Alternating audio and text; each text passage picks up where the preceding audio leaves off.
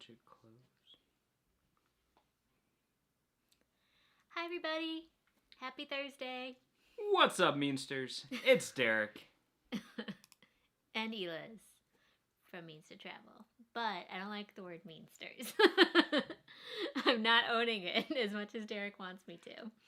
How's everybody doing? Think all that sweet, sweet merch. Oh my goodness. I hope everybody's doing well this evening. I've got a glass of wine here, and Derek's got a beer, and we're just going to have a little happy hour, I think. Oh, there we are. Okay. I'm like watching my screen like, are we on? I don't know. Well, are we? I don't know. No, we are. Not a lot of people are chatting with us, so maybe we're not. But David H is. Hi, David H. Hi. What's up, so excited David? to make a live. I so enjoy your thoughtful, responsible travel, great details provided, and we thank you for those compliments. That is like literally exactly the goals of our channel. So we are like delighted to hear that. So really glad cheers that to you, David H. Cheers, David. It seems like a couple other people are on as well. And let us know if you are and if you can see us, if you can hear us, everything like that. I put a question up to everybody, and I'm curious to hear your thoughts because I have always thought one way, but then I looked it up and it might be something else. But the question is whether or not Texas is part of the South or the Southwest. And I always thought it was part of the Southwest, but then I looked it up and it might not be. So I'm curious what you guys think. And especially because I feel like we have some regulars who are from Texas. I don't know if they're on yet. But it'd be interesting to hear what they identify with as well. Yep. Mary Ellen Dillon, how you doing? Hi, Mary Ellen. How's it going? Escaping the empty nest. It's more Southwest than South. Okay, so I wasn't All like... right. First take. There I we wasn't go. totally, completely out to lunch on this one, so thank you. Glen Camp, haha, Northern Mexico.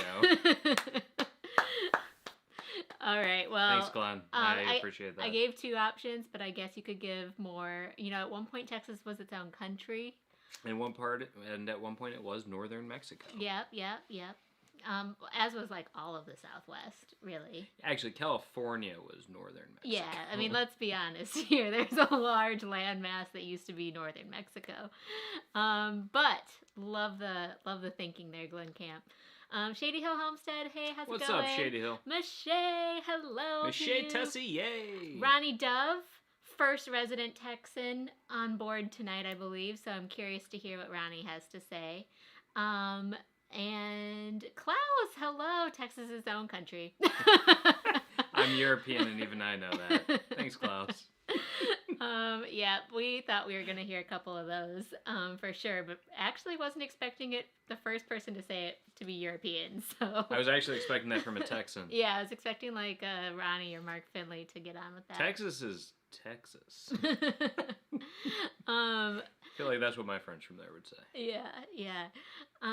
And Lori Sims, hello. Happy Thursday to you, Lori. Escaping the Emptiness. Terry and I decided on a channel name. Oh my gosh, wait, it's the Finleys. That's a big hint. Oh, that's awesome. Wow. Okay, I didn't know who you guys were at first. Especially when you said, guess who I am. I was like, I have no idea. I mean, it's a great name. Yeah, that is a great name. Very cool. And now you get to weigh in on this hot topic because you are also in Texas and from Texas. Sherry Awesome Sunsets, hello. It was fun joining your live stream earlier this week. Yep. What's up, Sherry? For the first time. I'm so glad I got to get on. Thanks for joining ours. We're really happy to see you. Ronnie says, I call my area, which is DFW South, but Midland West is Southwest. Yep. I mean, it's such a big country such a big state. That, Derek's taking a side on this one. It's country, yes.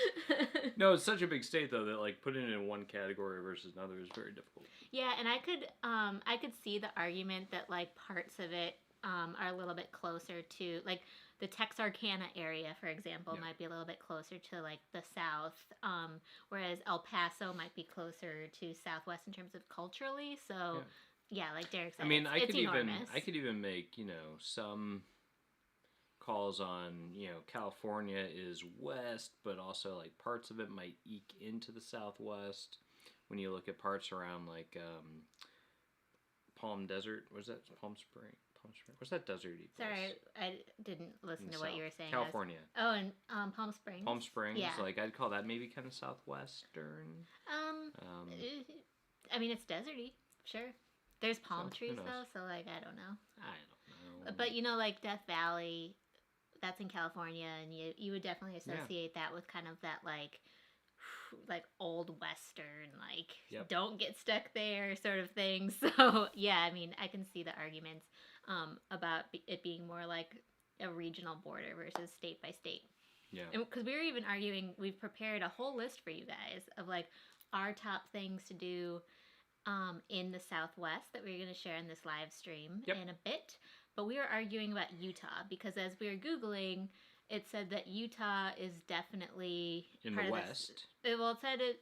I said like, what's the Southwest? And certain maps are saying that all of Utah is the Southwest. But then I was like, even Salt Lake City? I don't know. It feels a little bit more like Western up there than Southwest. So I don't know. So I think it heavily depends. And then I guess this is a great caveat for our list too, because we really centered it in a certain kind of like bubble area of the U.S. versus broadly within each state. So hopefully you guys are cool with that. Like northern Nevada I wouldn't consider Southwest, but the tip area down by like Las Vegas, I would definitely call that Southwest. Yeah, and Michelle's saying not sure if she would consider Utah the Southwest, more Western. But I mean, there's certainly like parts of Utah, like the Moab area with arches and canyonlands and stuff, and Lake Powell. They all kind of feel like the Southwest to me. So it's tough. It's tough. But anyway, we're going to get into that in a bit. Hopefully that's fun for everybody because it's fun. It was fun for us to make this list because we're going out there like real soon. And the Finleys say that Texas is Southwest, but some parts in the East feel like the South. Yeah. I was reading that before, and that makes total sense. And he says, remember, El Paso is closer to Los Angeles than it is to Texarkana. Yeah. Wow. Oh my gosh. It's a wide state. I actually didn't know that. That is fascinating. Is that because I mean you can just take I-10 from El Paso all the way to LA and then that's cool. Hello, the Beach Life. Hi, the First Beach time Life. here. I saw you guys in the Q's Cruisers live chat. Thought I would come check you out. Thanks for joining us. We're really happy to have you. We're not really talking beach this time. We're talking Southwest desert feel, so still hot. Yeah, there's not a lot of beaches in today's talk, but hopefully your life might be But there's okay pools. with that. But there's pools. That's true. That's another question for everybody. Are you more of a pool or beach kind of person? I'm just kind of curious on what people have to say. I find, personally, when I go to a place that has a beach, I like walking on it, but I don't like swimming in the ocean. Something about getting sand everywhere. I'm more of a pool guy, personally. The Beach Life lives in Arizona. What? So I'm there obsessed with the fact that that's your name and you live in Arizona. That's awesome. I would imagine, depending on where you live in Arizona, the closest beach might be down in Mexico. Mm-hmm. I know my family Baja, California. My family in Tucson. It's a pretty easy drive if in regular times to get down to what is that place called? It starts with a P. Right at the very top of the Baja California. Puerto Penasco, I think is what it's called. I don't know. I haven't been, but a lot of people. But we hear good things. We hear good things. But yeah, no. Beach Life would love to know what part of Arizona you're in, because our Arizona list is extremely long. Yeah, we have a lot of stuff on our Arizona list. You can fact check us. We go there quite often. Yes. So we've created this list of. I mean, it's 2 pages long. We've got a lot to share today of our top places to visit in the Southwest because Derek and I, we're in southern Indiana right now, kind of outside of Cincinnati, and we are going to be driving a 3-day road trip all the way from here to Tucson, starting at the end of next week. And then... A week from Saturday. Yes.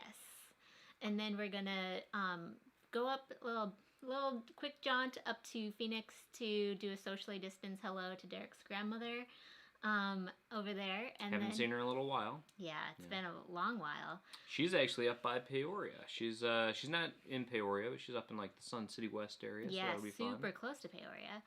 Yeah. And then we're going to be in southern Utah for at least 4 weeks. So we are thrilled about this upcoming road trip, but it's the longest drive I have ever done. I think that you've ever done too, right? Yeah. We just did a 3-month-long road trip throughout the UK, that many of you guys have seen our travel vlogs about, and that was super fun. But we were calculating the miles, and all of the miles that we did in that entire 3 months isn't even the amount that we are going to do just getting out to Utah. Yeah. We probably did a little over 2,000 miles in the UK. Driving around, driving from Cornwall all the way up to John O'Groat, so we went the entire length. Well, we did more. We did London England. City Airport out to Dover essentially to Land's End to John O'Groat's, and then John O'Groat's back down. We dropped the car off at Heathrow. Yep. Okay.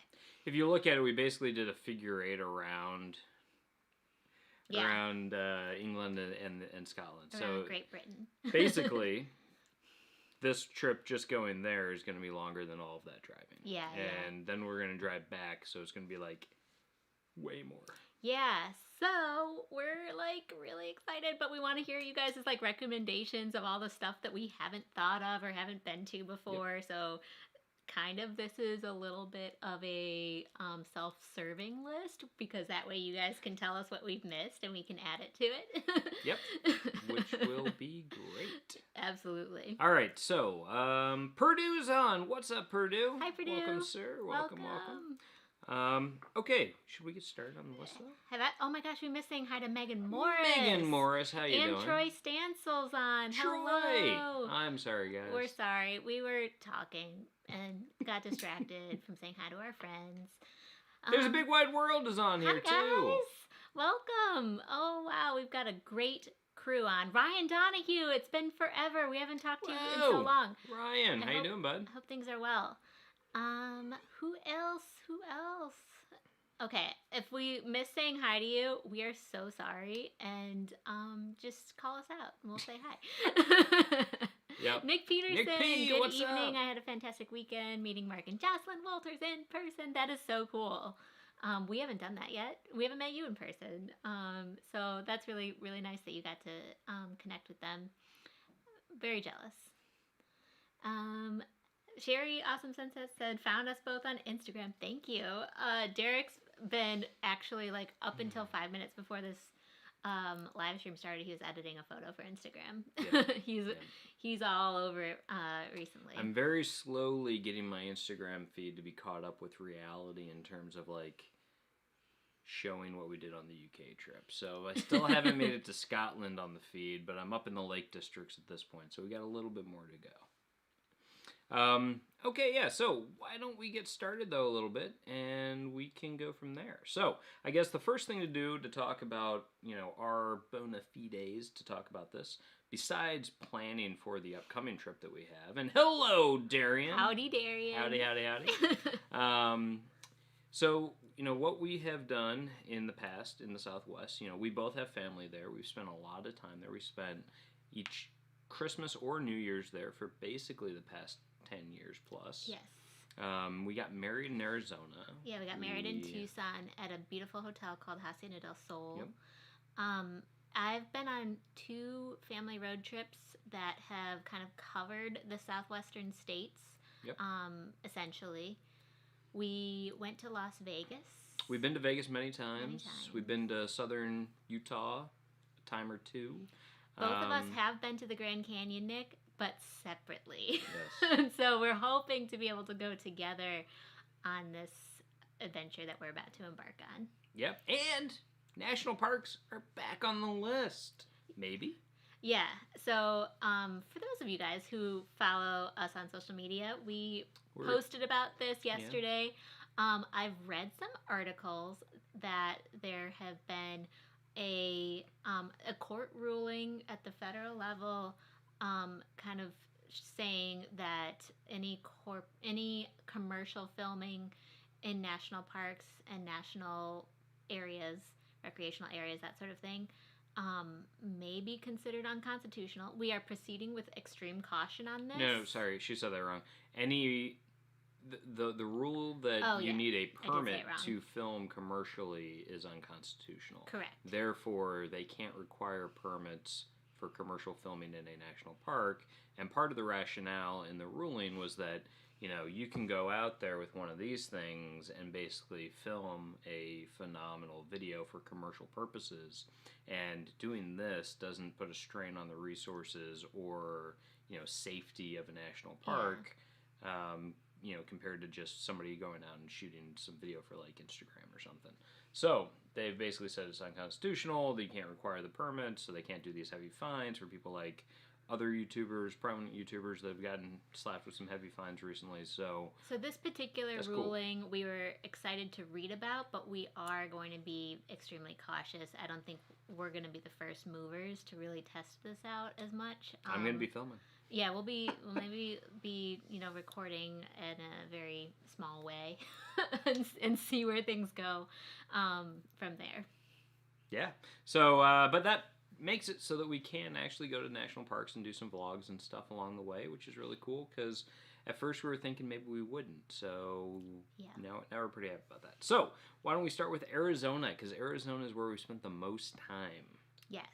And for those of you guys who have been to Arizona, it's okay if you say it first. Just write in the chat what your favorite places have been, particularly like for outdoor things, if there's museums or attractions or restaurants.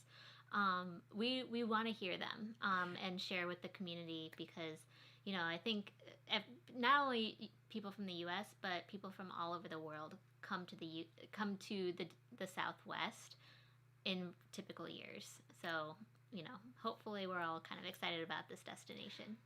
Purdue, yes, I will take a megaphone and yell action a lot. Action! Oh my gosh, that would be so funny. But we don't want to get in trouble. I'm gonna wear a beret. I'm gonna have that clapper thing where I clap. Without no camera. Action! No camera, you just come in with a beret, a folding chair that says director on it. That'll be so good. And we don't even know the name of it. He just goes around, he's like so good. All right, but no, so seriously, when I think of Arizona, I tend to break it up into a couple different regions within Arizona. I think of the southern Arizona area of like Tucson and along the border. Yeah. And then I think of the giant suburban sprawl that is Phoenix. Yeah.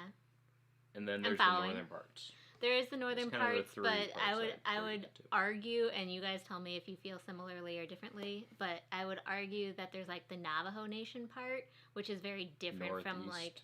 from Flagstaff, Sedona sort of thing. Well, I would put Flagstaff, Sedona as like, that butts right up to Phoenix. Sort of, so, but not really. I put those in like the same kind of they're region. Definitely their own areas and at different elevations and everything. So. Like on a map, it looks a lot closer than it is to drive. Yeah. So we kind of mentioned one of them, several of them, but I'll let you. I don't know what order you're trying to do it in. I don't know. Our favorite place to go to is Tucson. Yes. Within Arizona, we really love Tucson, and that's because it has such a crazy amount of things to do and see. For those who don't know, Tucson is actually UNESCO World Heritage City for food. Yes, not heritage site, but for food, which is pretty interesting, given that, you might not think that, when you just think of Tucson, Arizona. And the reason for that is that it is the oldest city in the United States that has had continuous agriculture. Again, not something you would necessarily think about But, before Tucson was part of the United States, it was part of Mexico and stuff like that. And there were people there, and they were, growing things. So yep. It's very interesting to learn about the food history there. Yep. So let's start with national parks, though. Should we do that? Start with national? I don't know how you want to do it. We should break this up. I mean, there's several national parks in Arizona, so let's give those their due credit. Grand Canyon, first and Shocker. foremost. That's the one that everybody tends to know about. We've both been to it. We loved it, but I would love to go do something a little bit more involved. When I was there with a big group of family, so, basically you could only do the maximum of what somebody's, basically I had a tiny little brother at the time, so we couldn't, do a bunch of hiking in the heat. So I would love to go back and maybe do, the donkey ride down into the, canyon and all that kind of stuff. So Grand Canyon, that's number one. Absolutely. Obviously, there's Saguaro National Park in Tucson, where you can go see all those giant cacti that look like they're saying, touchdown. Fun fact about the saguaro cacti that are kind of the iconic look of the Southwest is that it takes 70 years for them to start growing one arm. Yeah. So all of those ones that you see that have the multiple arms and stuff, they are so old. It is really, really incredible. And crazy heavy. Oh, yeah. Crazy heavy. They weigh... like tons. Yeah. Lots. So, yeah, you don't want those to fall over on you. That would hurt. Okay, so, yeah, Saguaro National Park. You've got Monument Valley, which isn't really a national park. It's owned by Navajo Nation, and that's right there on that Utah-Arizona border. And I've heard that might be closed right now, but you can still drive through it, so that would be pretty cool to drive through while we're there. Yeah, specifically when my family and I drove through there, we went past Mexican Hat, which is on the Utah side, but that was a cool one to see.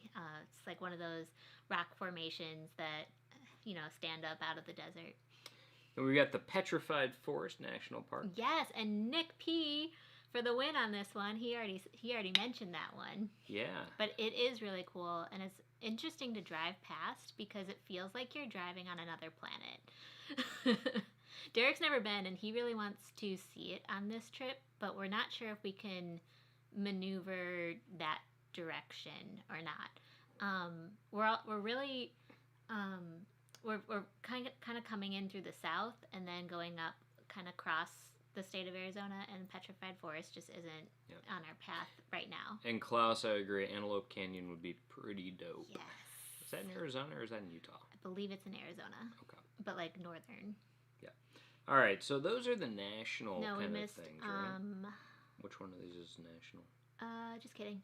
Okay. We didn't miss one. Then we got a lot of state parks that we really enjoy. Down in Tucson, you got Catalina State Park. Yep.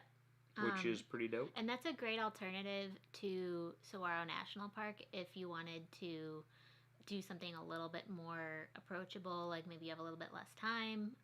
It's a smaller park, but a lot of this, similar, I don't know if I should say, flora and fauna, because that's not really a great way to describe a cactus. a lot of similar vibes. Vibes. Good vibes only. Sabino Canyon is another great one. Sabino Canyon is awesome too. Sabino Canyon State Park is my absolute favorite state park in Arizona.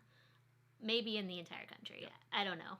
So the thing with Sabino is, it's extremely accessible as well, as long as all their things are running. I don't know how it goes right now with COVID and whatnot, but they do have a tram system that'll take you up over the bridges and stuff. So even if you do have movement issues or mobility issues, you can still see a lot of the park, which is really nice.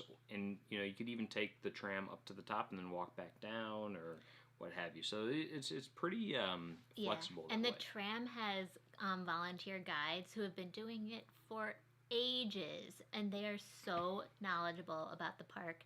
I haven't been there in over a year now, but last time we went, I think it cost somewhere between $6 and $8 per person, which you get basically a guided tour in shade. Shade can be big, which can be big depending on weather. Yeah. You learn so many fascinating things about the Saguaro Desert that, I mean, we just highly recommend the money. You can hike it, of course. You just won't learn the fun facts as much. Yep. Real quick, we do have some new folks in the chat. We've got the Cruise World. Welcome, guys. Very happy to have you. And J&N Travel. And J&N Travel. I was about to say that. Stole my thunder. Sorry. Hi, guys. Welcome. What's up? Okay, so a couple more on the state parks, though. You also have Kirchner Caverns. Yes. So that one's a newer one. That's near. Fun that's story. near Tucson. Yes, fun. And you went with us. Yeah, right. And my family went. Yeah. Oh yeah, of course. We had a day of it. So this is a fascinating backstory. Kirchner Caverns is one of the largest cave systems in the entire U.S., but it was not discovered until like the 70s. And then they kind of kept it secret. Yeah, and then the people who discovered it were concerned about exploitation of the cave and stuff like that. And so they kept it essentially a secret and worked with local governments and stuff to make sure it was well preserved. And so it didn't open, I don't think, until like the 90s or the 2000s. It's a pretty cool place, and they have a lot of good learning like centers and things for like younger people. And so like it used to be like a habitat for like giant sloths and other things like that, so they've got some of that kind of stuff, like models of those, so like kids can see them and be like, whoa, those are huge. A lot of information about bats if you're into the bat thing. Roxanne Bud, hi, welcome. But yeah, and it's just a really cool, they have a great museum and introductory video when you go visit too. Yeah, it's quite nice, so I highly recommend. And if you go when it's super hot out, it's always cool in the 50s and 60s when you go, so it's a great way to find it, like almost like an air-conditioned activity. But don't forget to bring a sweatshirt. Like I have gone in the summertime and people are wearing shorts and like a tank top because it's super hot outside, and then they're freezing in the cave. Remember, caves stay in like the 60s. Yeah, so I mean it can be quite cool. There's another one here that I think is not Pikachu, but Picacho. Picacho Peak. Yes. I don't know what that is. It's not Pikachu. It's in between Tucson and Phoenix, and it's a mountain that you can go and climb. It's a state park, and in the springtime, that area gets incredible wildflowers. So last year, in particular, we didn't get to go for it because we were, of course, in quarantine, stay-at-home order in Chicago. But there was apparently a huge wildflower boom, the best wildflower season in Arizona in ages. So we'll see if that happens this year. Yep. I think that's all the state parks. Is Mount Lemmon a state park, or is that just a mountain? Great question. I think there's a state park on the mountain, but Mount Lemmon's the place that nice. I particularly recommend going to is doing a drive up from Tucson to Summerhaven, which is the mountain town on top of Mount Lemmon, which is on the north side of Tucson, and it is at a completely different elevation. So totally different. Yeah, and so as you drive up, the views of Tucson, by the way, are just unparalleled, amazing. But once you get to the top, you are in an actual pine tree forest. It's an alpine forest, basically, up there. So think not conifers. Alpine, but okay, well, whatever. It's conifers, it's pine trees. It's quite nice. Yeah, and they get snow up there. Exactly. In wintertime and stuff, there might be snow, so the locals might go skiing and sledding up there and stuff like that, which is great if you live in Arizona to have that opportunity. Lori says, with all the expected rain I think we get in SoCal, we'll have outstanding desert wildflower blooms. Oh, good! I'm so happy to hear that for you. That's going to be a really, really special year. My mom's on. Hi, Ruth Armstrong. Hey, dudes and dudettes. We're watching from Chicago, where it's been cold today. You know what? It's cold here, too. It was already dark when we started the live stream, but we actually have snow on the ground out here now. So we've been staying inside today. Escaping the empty nest. Had ever heard of Gooseneck State Park in Utah? It's a bit north of Monument Valley and worth a stop. Great shout out. I've been there. Goosenecks of the San Juan, I believe, is what you're talking about, which is the San Juan River, and it kind of looks a little bit like Horseshoe Bend, essentially, but it's less known. Yeah, super, super pretty. And I absolutely agree with you, Mark Finley, aka escaping the empty nest. Yeah, I've never been there, but I would totally go. Okay, so that's it for kind of like the parks and stuff in Arizona. I think that we had. If in terms of museums, we don't have a lot. However, I would say, and I was reminded of this on Mark Walters' chat last night, but the Desert Museum. Mm-hmm. Which to me is a little bit more like a park than a museum because a lot of it is outdoors. It's mostly an outdoor museum. Yeah, it's kind. You can see like the javelinas. It's almost like it's kind of like a zoo. Museum, zoo, aquarium. Yeah. Because there's also a very nice indoor aquarium, which you wouldn't expect in the desert. Correct. And the aquarium is centered around aquatic life from the Baja California area. Yep. So it's really nice, and like if you have kids and take them, they can look at all the like the crazy looking fish that are really cool and exotic, and it's really nice. Yeah, it's beautiful there. And maybe they'll see the javelinas, which are little piggies. Yeah, so and it's funny because I had been to Arizona so much and had never seen a javelina, and it was kind of like a running joke that in my family that I would never get to see one, and so we went to the Desert Museum just so I could see one.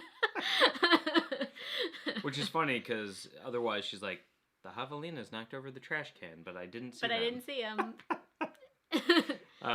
But yeah, no, so, you know, that's a really cool thing to see in Tucson. And I would say that from, you know, my perspective, I don't have a lot of restaurants outside of Tucson that I recommend. Because I just haven't been to many. But there's one in Tucson that I always recommend to people. And that is a place called El Charro Cafe, which is a very old place. Yes. It's been around for quite some time in Tucson. I think it's like the home of the chimichanga or something like that. They're known for their carne seca as well. Yeah. It's a Mexican restaurant Sonoran Mexican that focuses food. on Sonoran Mexican food. So regional area in Mexico. Do we say hi to Eric B already? I don't think so. What's up, hey, Eric B? Travel Adventures with Eric B. Glad to have you. We're talking about the Southwest. Yeah, so it seems like we have a lot of new people on kind of recently, and so just a quick summary of what we're doing right now is Derek and I have created a fairly lengthy list of all of our top favorite places in the Southwest. Most of them we've been to, and some of them are kind of like, hey, shout out because we know we would like it there. And hopefully we get to go. But we are really, really interested in hearing from you guys what your favorite places have been or your, places you want to visit. Again, I said this earlier, it's kind of self-serving because we're headed in that direction in a week and a half. And if we're trying to add things to our itinerary. If we hadn't heard of something that you guys love, we are going to write it down. Katie Smith in the house. What's up, Katie Smith? But yeah, so that's what we're doing. We've already gone through a lot of the state parks and national parks in Arizona that we're familiar with. We talked about the Desert Museum in Tucson, Arizona. We just talked about El Charro, known for the carne seca. For those who don't know, carne seca is kind of like a dried out meat. So what they do is they actually like hang it in the desert sun, spiced up, and that's how it kind of cooks, and it makes it into like, I kind of compare it to a very, very flavorful jerky, almost like a shredded jerky. It's way better than it's jerky, way better than that. I'm like, that's not doing it justice. It's not doing it justice, but my family's not Sonoran, so it's a very different type of food than what I'm used to. It's got that drier kind of meat. It's very flavorful, and I actually really enjoy it. But the first time I had it, I was a little bit like, this isn't Mexican food.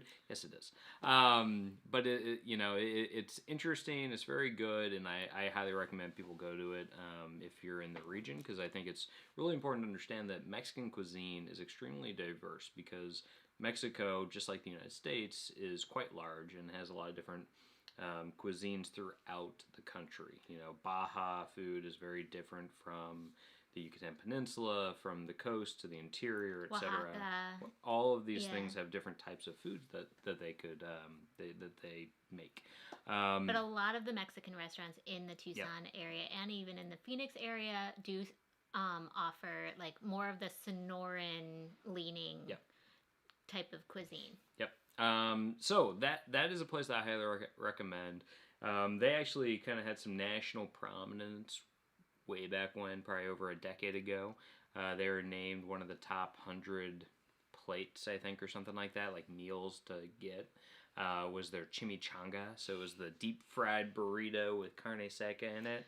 And so the first time I went to Tucson with this lovely lady when we were in college, I ordered the carne seca chimichanga, and it was this massive chimmy. Have you guys ever had a chimichanga? Good. Let us know. God.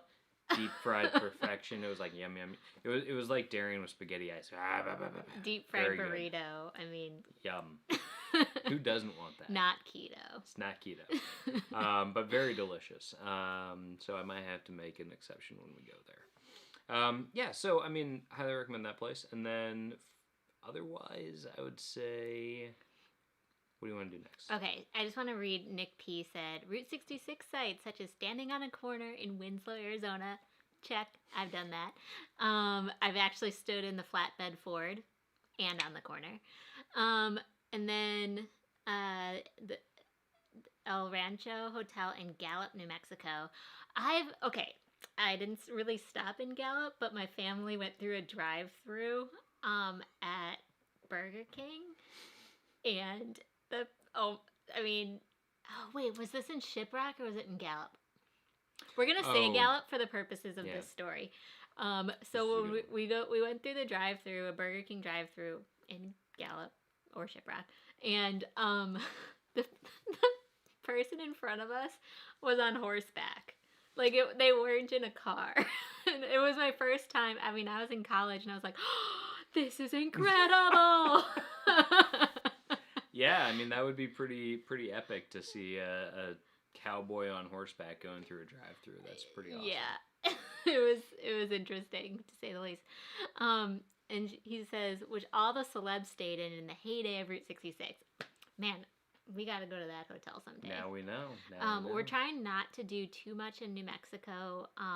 We're kind of sailing right through on our way there to Utah because New Mexico currently has, some local restrictions around COVID that we want to be extremely mindful of. So we're planning on not really stopping. And we're doing the shorter part, the I-10.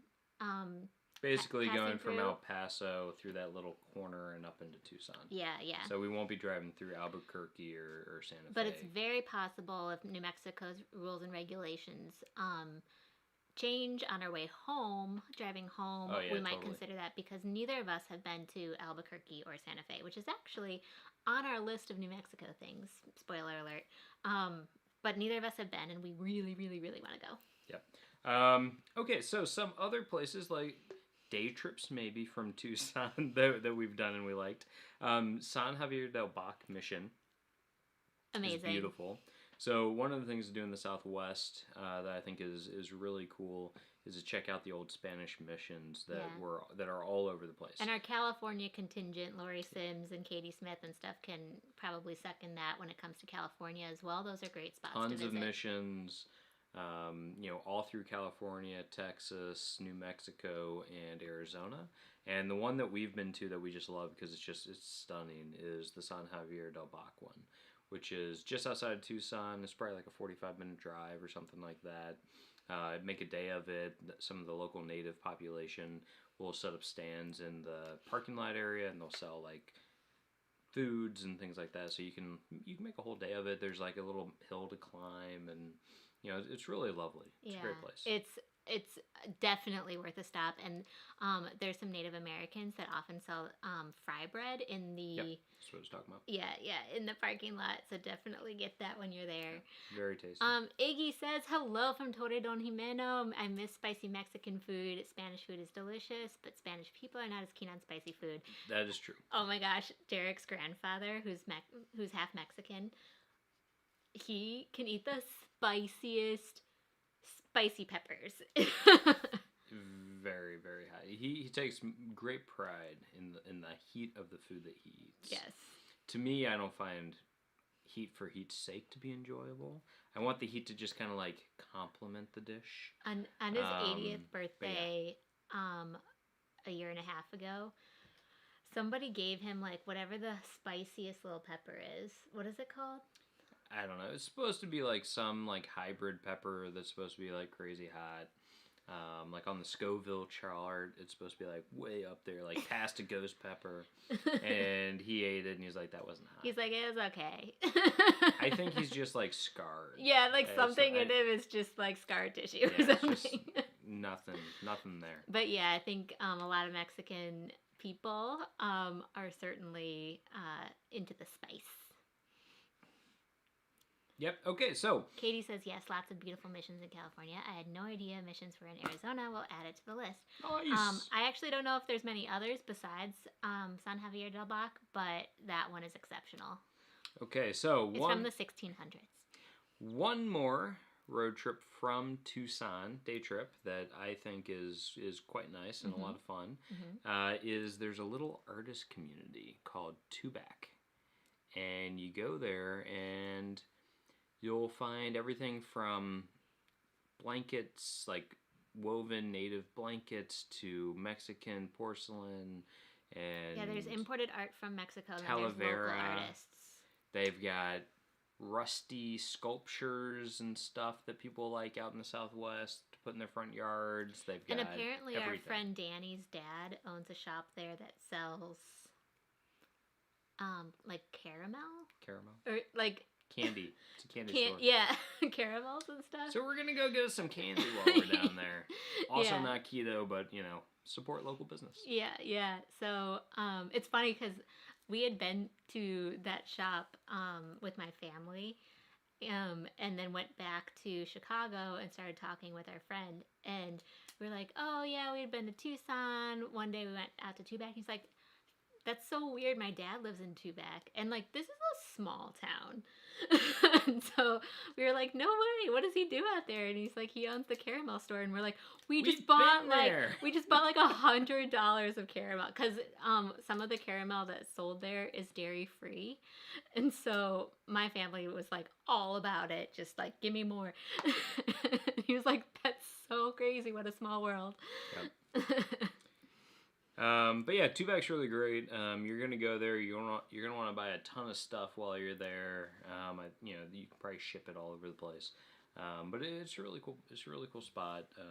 And if you like that kind of like Talavera type stuff, there's a lot of really great buys that you can do down there. Yeah, and I love Talavera. I have so many little like house things that we've bought in Tubac that you don't have any of it here, right? No, I don't think we do. No. It's pretty. That picture frame's from Mexico, but not from Tubac. Anyway, so yeah, we don't have anything right here, but we have like spoon holders and stuff like that are Talavera for salt the and kitchen. pepper shakers. Yeah. Just like little things like that where you can bring a little bit of that southwestern spice and flair into your home. Yeah. We always find that to be fun and special. Yeah. So that's Tubac. We highly recommend that. That'd be really cool. And then there's a few on here that I guess one of the day trips from Phoenix, more of a weekend trip probably, is Sedona. Yeah. Oh, I mean, Sedona is absolutely stunning, and it's known for its red rocks, not to be confused with like the Red Rock Theater in Denver, like Red Rock Canyon in Las Vegas. This is like actual just very natural red rock as well. And the artist community around there is great too, because the colors of the desert in that particular section are just so vibrant. So real quick, Eric B is saying that he's never been to New Mexico, but spoiler alert, he would totally pass through it if he does end up moving to Seattle later in the year, like he hopes to. Awesome. That's a big move, man. That's also a giant drive going from Baton Rouge to Seattle is a huge move. I'm really, really proud that you're considering that. Yeah. I mean, I guess, rain in both places, so that's okay. I guess so. Definitely a different level of heat index, though, I think. Yeah. We have really close friends in Seattle, and we got to go in... last we went was September 2019, and it is so much fun to visit there. I would say last year, but like I feel like 2020 didn't happen. 2020 is like a wash. Did. Yeah. That's really, really great. Nick Barnett is in the house. What's up, Nick? How you doing, bud? Amazing. Yeah. So. Okay. Just wanted to say what everybody. Okay. So. I'm sorry if I've missed anything. What about the largest military aircraft graveyard? It's in Tucson. Yes. Oh yeah. My friend Jesse actually went there. That was like his top thing that he wanted to see. Did he do that when he came? Came for our wedding, yeah. He went there like as soon as he landed. He rented a car, and I think he like rented a convertible, and he went straight to the military graveyard because I guess it's in a movie that I hadn't seen from the 80s. And he like loves that movie. I'm sure Mark Finley, you're gonna. He's not old. He's not old. He's like 2 years older than me. And we're getting old. And he's born in the 80s just like us. Anyway, so long story short, you like distracted me. I'm trolling my own stream. You're trolling my brain. He went there and took some really, really cool pictures there. I've actually seen people do the flyovers where they'll do, people who have like the small planes, Cessnas and stuff. Yeah. There's quite a few YouTube videos and stuff out there of people doing the flybys and stuff, which is pretty neat. Yeah, although I'm not 100% sure you could still do like a drone or anything like that there, but I think I'm talking about actual airplanes. Yeah, but I think when drones like first started, you could take a drone there, but I'm pretty sure they put the kibosh on that. Yep. Roxanne Budd says she's in the Seattle area. Would love to meet you both if you ever come. Oh man, I didn't know you were out in Seattle. Yeah, that would be great. We absolutely Seattle's want to great. Get back there. We really enjoyed. So I was out there for business. She tagged along. Yeah. We saw our friends kind of, turn it into a long weekend sort of thing. It was great. It was a good time out there. We were actually out there. You'll remember this in 2019, that crazy thunderstorm, crazy lightning that happened. You remember 2019? It was nuts. Everybody in Seattle was like, it was nuts. That never happens. Because, they get a lot of rain, but, thunderstorms are quite rare. Yeah. And everybody was like, that was the craziest. Yeah. And so we were up on that park. Cary Park? Cary Park. Whatever that park is that looks out over the Needle and you look out over the water and everything. And we just saw lightning coming towards through the bay and towards the city. And everybody just started packing up and get out of here. And I just remember myself running with my tripod Roxanne and stuff. Knows. She remembers that was a big one. Yeah. I'm running with my tripod, jumping into the car. I've never been more afraid of lightning in my life. It was because you put yourself in harm's way. I felt like I was in a Twister movie because there's so much lightning happening that as we're driving, I'm like, I feel like there's an even chance we might get hit by lightning. I don't know. Just in the car, yeah. Yeah, I was like, I don't like being on one of the highest points in Seattle right now. Yeah, that was an experience. It was awesome. And Julie Good, who is from Arizona, just got on. Hi, Julie. And What's she up, said, Julie? Fun day trip from Tucson is Mount Lemon, which we actually already talked about. We talked about driving up to Summerhaven. But I heard that the pie shop closed. Yeah. Okay. So, in what was it 2007, 3? That sounds right. I don't know. Mid 2000s. There was a huge wildfire on top of Mount Lemon that burned kind of through the Summerhaven area, and the pie shop that used to be up there. Oh, the pie shop burned down. Well, no, the pie shop. Oh yeah, so survived. The pie shop survived, and the real estate office survived. Which is kind of funny. Real estate office survived. The pie shop, I know, that was ironic. And then I think the pie shop turned over owners around that period too, or something like that, and then it expanded into a cafe pie shop, and it just wasn't the same. It wasn't that little hut where you go and you buy your pie, but it was still good. still good. Yeah, my first time going to Mount Lemon, I got to have the pie. It was good. Blueberry pie, yum. Yeah, blueberry pie is great, but it's extremely like sugary. Yeah, sugary is a good word, but also like liquid. Like it's not. Yeah, it's pretty goopy. Yeah, it wasn't like the full berry effect or anything. It was liquid berry. Nick Barnett's, we will get to New Mexico shortly. Santa Fe. I will say I've never been to New Mexico, so I can't really talk about whether or not it's worth it. Santa Fe has been on the top of my list, though, in terms of places that I want to visit. Yes. The fact that it's like the oldest like capital city in the United States and all this stuff because of its time as a Spanish colonial capital and whatnot. Really makes it a place I want to go to. Yes. Much more than Albuquerque in my rankings. But yeah, definitely want to get there. I think we feel this similarly. We both want to go to Albuquerque still, but Santa Fe is higher in terms of priority slightly. I just want to go to Albuquerque, turn right, so I can say I should have made a left turn at Albuquerque. But also, yeah, what's up, Doc? We're going to have to turn on that song from the Newsies really loud called Santa Fe if we ever go there. Just got to open the gates. If anybody knows my reference, please let me know. Yeah. Okay, so but let's just let's get done with Arizona because Arizona's a long one. We're almost that was the there. longest one. Sorry, we've spent so much time. Navajo Nation, though, I can't talk about this. I've never been. She has though. And actually, Mark Finley has been most recently. But my two favorite stops in Navajo Nation were trading posts in Tuba City and Kayenta. And specifically, I love going into the trading posts and seeing all the Navajo art. And sometimes there's Hopi art there too, just because there's the Hopi Nation nearby. And it's a great way to give back to the local native population. Yeah. And they're all so talented. I mean, especially with jewelry making. And I have a few like Navajo turquoise pieces and stuff that I've collected over the years, just a few.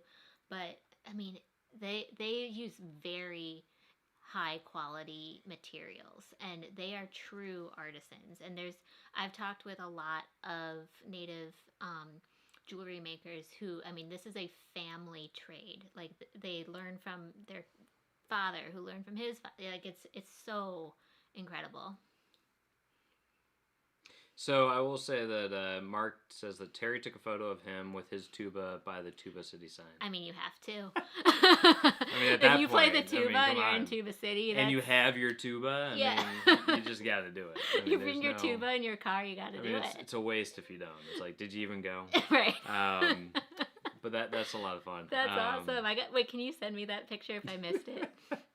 Yeah, so Navajo Nation would be really cool, and especially if you're also going to be doing Monument Valley at the same time, you can kind of do a bunch of those sites, pair them up into a really meaningful trip. And we had talked about this on one of our live streams eons ago at this point, months ago. But part of the joy of travel is getting to know local culture, and one of the things about the United States is that we have a very vivid, rich culture. That goes beyond just, European-rooted immigrants who've come to the United States. It's also, the native populations of California and New Mexico and Arizona, native populations, all over this country. And it's great when you can, really dig into that culture and understand what it's like, so. Absolutely. And I actually really like the music of the Navajo Nation, too. If you're ever interested in just really relaxing music, I have it within my nap time playlist that I've mentioned before on this channel that I listen to on airplanes when I'm trying to sleep. But there's Navajo flute music on Spotify that is just, I mean, if you need to relax but you want something in your ear to help with that, that's a go-to. So when we were looking at places, when we got married, we were looking at places to hold the reception and everything, and we humored ourselves when we went to the Waldorf was that the Ritz-Carlton? No, it was the Ritz-Carlton. We went to the Ritz-Carlton in Arizona. It was right the last place Tucson. we looked at just because we were like, let's just see. Let's just see, you know? We were like, I'm pretty sure no. Like, I mean, it was outrageously expensive. It was stupid expensive. Yeah. But we were like, let's go see it. And it was beautiful. Beautiful resort. If you have the budget, like, get married there. We didn't. I would totally go stay there, though. And I would love to go there sometime and stay. But as we were walking around and they were, like, giving us part the of their tour, sales thing was like, yeah, and when you're getting ready, we'll have a Navajo flute player. Flautist. Yeah, but no, they actually had a guy. And they had a guy on there. I could think he was on staff playing it while we were touring around. They gave us, look, this would be what you would get. They gave us his CD, and we're like, this is incredible because, like, even before then, I was a big fan of Navajo flute music, and they were like, I'm like, this is amazing. So there you go. Tour a place, you get a mimosa, you walk around the place, and you get a free Navajo flute. Yeah. Thanks, CD. Mark, by the way. I'm definitely going to check that out on Instagram after this. Man. So, yes. Navajo Nation, really great stuff. Tombstone. I don't think I've ever been to Tombstone. Yeah. But I watched the movie. I've passed through, and it's close to Patagonia, which is the other thing on the list. Both of them are kind of southeast of Tucson. Very different experiences, but both day trips from Tucson for the most part. Now, is this Patagonia like the vest? Not Patagonia like southern South America, and not Patagonia like the outdoor company. This is Patagonia, Arizona, and it's like kind of like this grassland at a different elevation. It's not quite like the foresty elevation that we were talking about with Mount Lemmon, and it's not desert, but there's like fields, there's meadows, if you will. So that's just a really cool spot. And there's a place, I want to say it's called like the Velvet Elvis. Yes, that's what it's called. The Velvet Elvis Pizza that you can go to in Patagonia for your lunch break when you go out there. In, what was the last? Oh, Tombstone. Tombstone's like Old Southwest. That's where you like go. It's like Wyatt Earp. Go pretend. Yeah, it's what, I mean, it's Doc Holliday, gunslingers, and all that good stuff. Yeah. If you're looking for a good movie. That's where you get your Southwest photos. Yeah, if you're looking for good movies, Tombstone. Phenomenal movie. Highly recommend it. And yeah, so we might, who knows, maybe we'll be able to tack that onto our list of things that we do. We're gonna be in Tucson for quite some time. Yeah, almost a week. Not so. A long time, but enough time to do some cool things. So we're excited for that. Nick D says frozen pizzas. I don't know what that's about, but cool. Velvet Elvis Pizzeria? Is that where frozen pizzas are? I don't know. Glad Megan Morris, glad I can see your messages again. Hi, Nick D. It's been forever since we got to say hi to you. Hope all is well. I like that Megan has blocked Nick D. Maybe. I don't know what's going on. All right, so... Well, Megan's a moderator. Yeah. So she gets to block her boyfriend all she wants. It's fine. We can't do anything about it. I'll be your huckleberry. Best quote. Nice. Okay, so we finished Arizona. Tell Arizona. us if we forgot anything. We forgot anything. We might have. Because we're going to move on to another state, and so give us all your best shout-outs. Most of our stuff, I will be honest, centered around Tucson and southern Arizona. I a have little bit been to around like I think it's called Lake Roosevelt, which is north.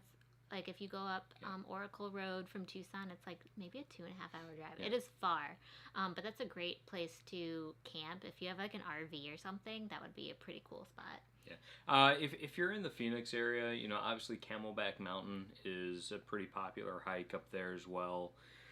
The thing that I always thought about that, though, I did that back in probably high school. Was the last time I hiked that mountain. But, you do that. It's fun, but it's very arid. There's not... Sorry, excuse me. From my perspective, there wasn't a lot to see with it, and it's not quite as varied. If you're comparing it to Tucson, has... I think Tucson just has more. Yeah. More stuff. I mean, and we purposefully didn't say Scottsdale. Not because it's not a place to go, but it's just so... touristy in certain spots. Well, we went to Old Scottsdale, right? We went to Old Scottsdale. Yeah. We went to like the Western shops and everything. Saloons there and stuff. And like it's fine, but it's a little bit more touristy than we prefer. And the places that we wanted to mention on this live stream are extremely authentic to the region. Yeah. And somebody was talking about Griswold Family Vacay had so there was Eric B was talking about how Lieutenant Albuquerque was in the Griswold Family Vacay Looney Tunes trivia last night. We were on the Walters World live stream last night, so we didn't make it to theirs, which is a shame because I feel like I would have done well. Looney Tunes, that's my thing. I could do that. You're loony. I'd be pretty good about that. I'm loony. I'm toony. Perfect. It's all good. By the way, I think this is the first time in a really long time, if Nick Peterson is still on, we have the Nick, trifecta. For the first time in, ages. Nick Barnett's, Nick D, and Nick P. Yeah, Nick D, Nick Barnett's, and Nick P. Nick P, you gotta show your face, B, though. D, and because P. Otherwise we don't have the Nick trifecta. And we still have, we still have to wait for next time. We probably did at one point. So, let's go to our shortest one, which is Nevada. Do you want to do Nevada? Yeah. Or do you want to do... What? Okay, well, you can do the first one in Nevada, and I'll do the next two. But I'll just do those. Okay, so number one. My favorite place I won't do the first one. I thought you said you did the first one. Well, sure, go ahead. Sorry. These all kind of relate around the same place. Yeah, because, okay, so Nevada and Utah, as we were explaining at the very, very beginning, if I know some of you guys weren't on, it's hard to define the Southwest in terms of, state by state. It's kind of like this more arid, deserty region in our heads than it is a state-by-state thing. Because places such as El Paso, Texas, to me, is the Southwest. Even though all of Texas, not necessarily the Southwest.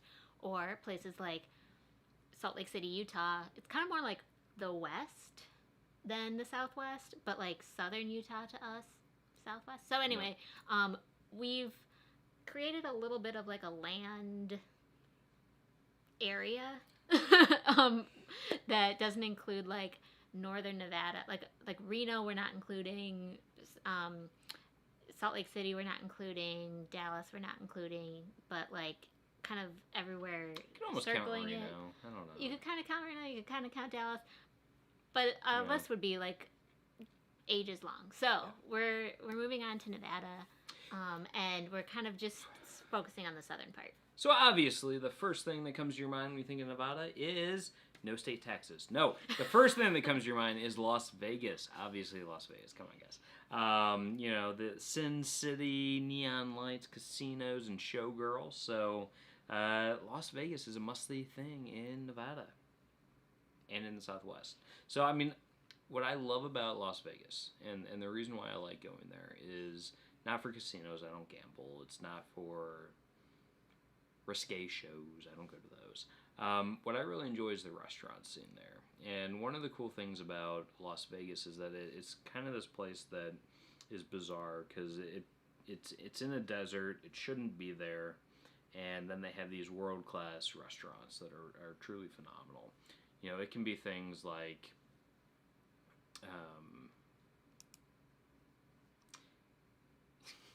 it could be things like Nobu for sushi, or Momofuku, or Din Tai Fung, which is the greatest food in terms of dumplings from Taiwan, so delicious. There's just so much different types of food. There's French food, there's Mexican food, there's phenomenal everything. So that for me is really what makes Las Vegas pretty special. And we are actually going to be in Las Vegas. We actually booked a room. We're going to stay. Derek wore me down. Okay, so for night. those of you guys who were on our live stream on Saturday, I said that I wasn't convinced yet. Derek wore me down for one night. It's cancelable, so we'll see if anything changes. But we're trying to see what Vegas is like during COVID and stay as safe as possible. So we booked a place that doesn't have a casino because we're not big gamblers for starters, but also like we just didn't want to have to walk through a casino with all the people and stuff. Just to stay a little bit safer. Yep. So yeah, we're staying in a place that has no casino, which will be really nice. And so that gets us to the next two things on our list, which are really day trips from Vegas. Yeah, so only about a half hour outside of from the Strip is Red Rock Canyon State. No, sorry, it's a national reserve, and you can use, if you have a national parks pass, like an annual one, you can use that to get entrance into Red Rock Canyon, which I did last year, and it was so beautiful. The important thing to realize, I didn't get to go. Yeah, Derek had meetings. I went by myself, and so we had a rental car, and what's interesting about how it's set up there is you enter, and you can only really go one way. Like you can't really go reverse.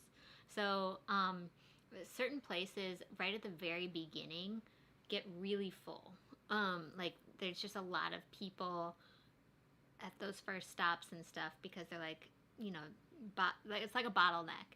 Mm-hmm. So if you kind of like drive a little bit past that, you're gonna get a little bit more like distance from others and stuff like that. So that's a super beautiful spot. Great hiking trails, picnic areas. They give you like a map at the information center of which stops have what things to see. So great. It's a great setup and like the perfect day trip to do by yourself or with a family or with whoever when you're in Vegas.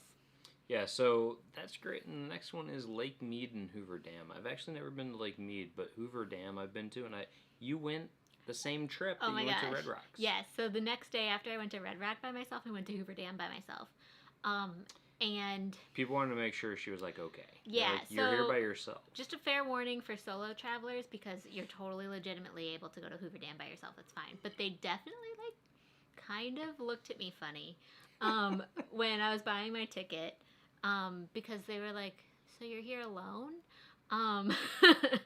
So take that as you will. We're not going to go on to more, but I took it as like not a lot of people go there by themselves. So if you do, make sure you bring water, bring a lunch. There's not a lot to eat there really. I mean, I think there's like a cafe, which might even be closed during the pandemic. I'm not sure. But just make a day of it and do the tour if it's like available and safe, because you learn so much, and I think it's like an hour long or something like that. Yep. So yeah, I mean it's a great thing. I don't know. I mean you're kind of in some enclosed spaces when you do the Hoover Dam. Just for those who've never done it before, you kind of go into the dam, and so think about that if you're comfortable with that or not. When you're doing your trip. Maybe we won't do it this time. Maybe we'll go to Lake Mead though, because Lake Mead would be pretty cool, and that can be outdoor activities. Yeah. And I would totally do that. Yeah. And because we're talking about Nevada, you got to talk about Tahoe, Lake Tahoe, because Tahoe's like mostly California. But Tahoe is also in Nevada. It's by Reno. We just said Reno's not. Okay, sorry. I said. If you guys want to argue with Derek about whether that's in the Southwest, you can, because that I've said my piece, but. So all I'm going to say is real quick, if you're in Nevada, Tahoe is obviously a place you can go to on the eastern bank. And, when California... Whoa, geez. Everything's fine. We're fine here. Eliz did not just spill a bunch of wine. She almost did. Well, it was an empty cup anyway. Yeah, sure. Glass. Glass. So Tahoe's great. We actually... a cousin of mine got married out in Reno, right by Tahoe. Few years back. It was a great time. That's the only time I've ever actually been out there. Somebody mentioned, by the way, but it was beautiful. There is a hot air. I'm sorry. I know that somebody said this before, and I saw it when it came through, and I can't remember who it was. Thomas Reiser's on. What's up? Hi, Thomas.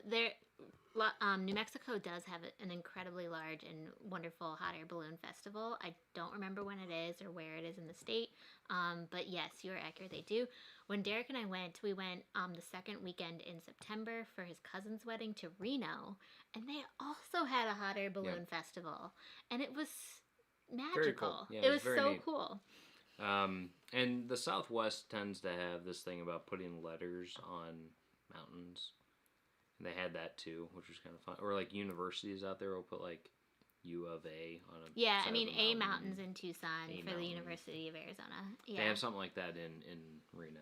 Yeah. But yeah, no, that place is pretty cool. We stayed at a casino while we were there because that's where the wedding and everything was. It was nice. And it was very nice. Yeah. It was actually, I just didn't have any expectations. Right. It was like casino. We knew in nothing Reno. about Reno. Nick When P I think had of In-N-Out Burger in Reno for the first time. When I think of Reno, I think of that old Comedy Central show that I think they just rebooted, which is Reno 911.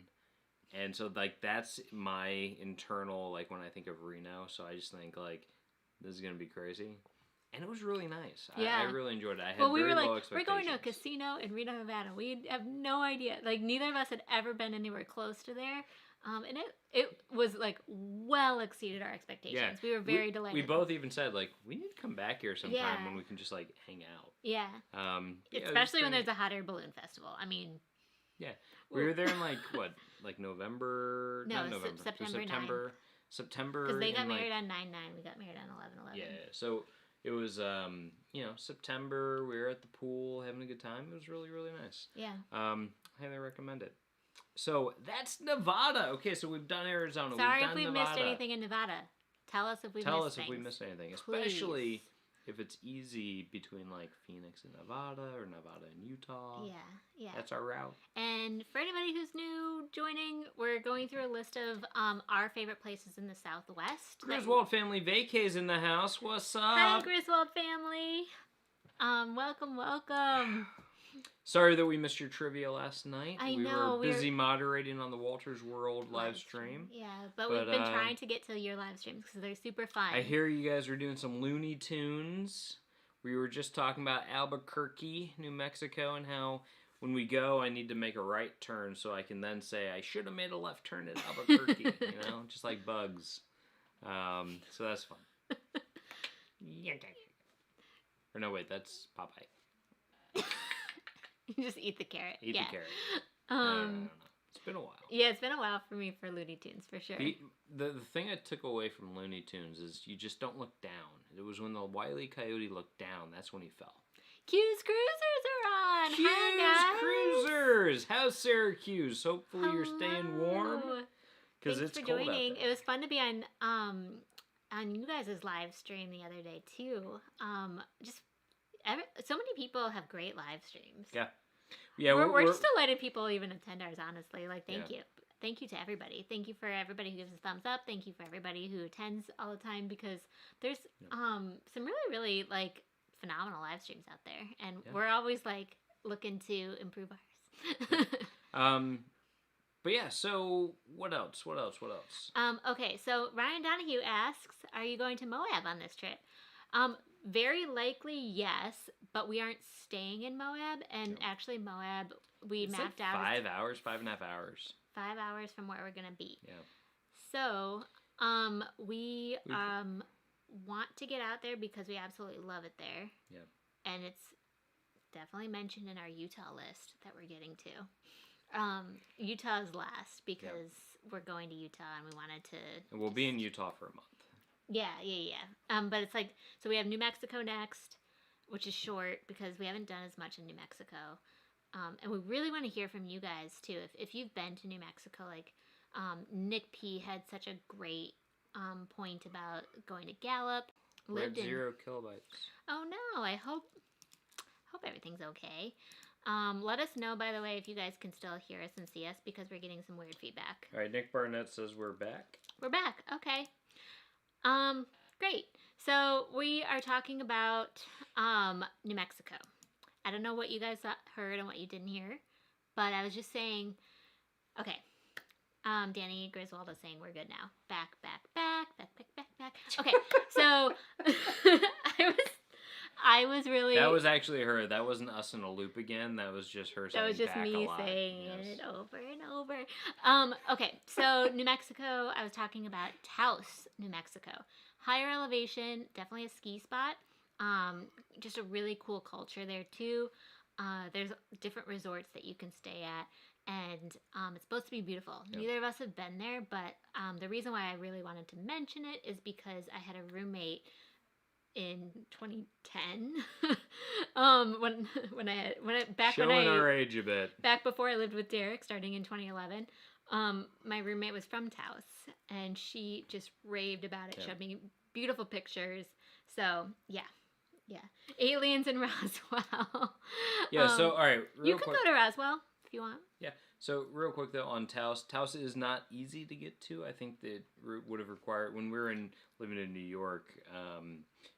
Going there would have required, I think, flying somewhere else and then doing quite a long drive. I think it's like on top of at least an hour from Santa Fe. Yeah. Yeah. So uphill. if you don't want to, do that, Griswold Family Vacay says Taos is awesome. We saw a live cattle drive right outside of Taos, crossing the Rocky Mountains. It was amazing. That's so cool. See, I was trying to read her writing on here, and I thought it said tacos, and I was like, yeah, tacos are great. No, I'm talking about right there. Oh, my writing. I'm talking about your writing. I'm like looking at her list on New Mexico, and I saw tacos, and I'm like, tacos. Sure if you get tacos in New Mexico, you won't regret it. But I said Taos. That says Taos. I see that now. But I was getting really excited for tacos. That's so funny. Yeah, I guess it does look like a misspelling of tacos to some. It looks like tax. No. Okay, so next one that we already talked about a little bit was Santa Fe, New Mexico. Santa Fe is the oldest capital in the United States, having been a capital underneath the Spanish colonial government. I want to read. We've never been, but I want to go. Absolutely. I want to read Escaping the Empty Nest, aka the Finleys say. If you're on I-40, check out the Route 66 Neon in Tucumcari. Okay. I think I mispronounced that. There is a vintage hotel called Blue Swallow that is so cool.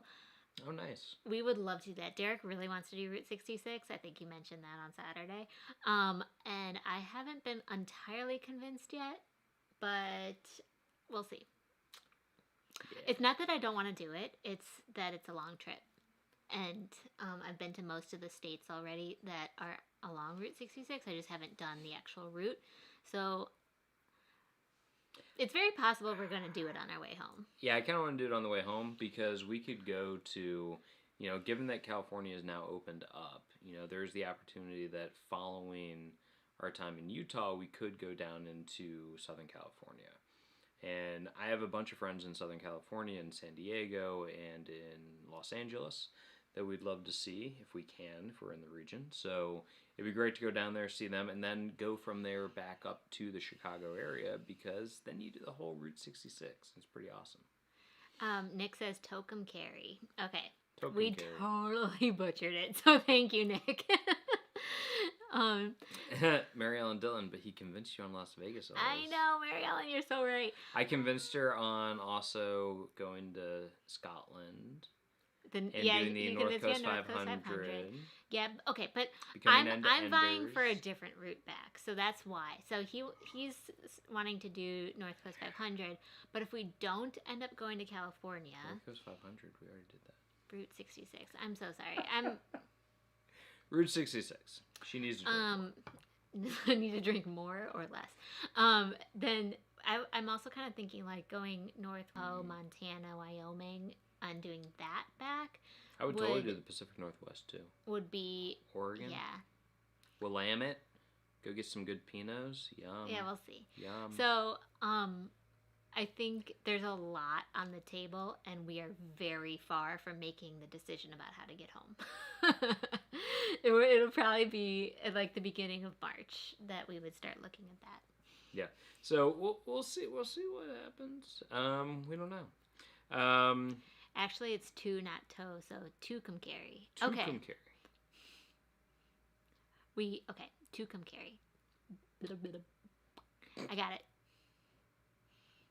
How about Truth and Consequences? Is there anything to see there? There has been a really interesting story behind a place being named that. There has to be, yeah. I've never been. I have seen it on a map and think it's the coolest sounding town name on the planet.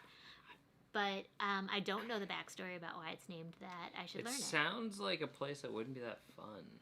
Like, it sounds pretty, like, severe. It sounds like a place that should have a really strong judicial system. Sounds like a place where, like, Kevin Bacon's not allowed to dance.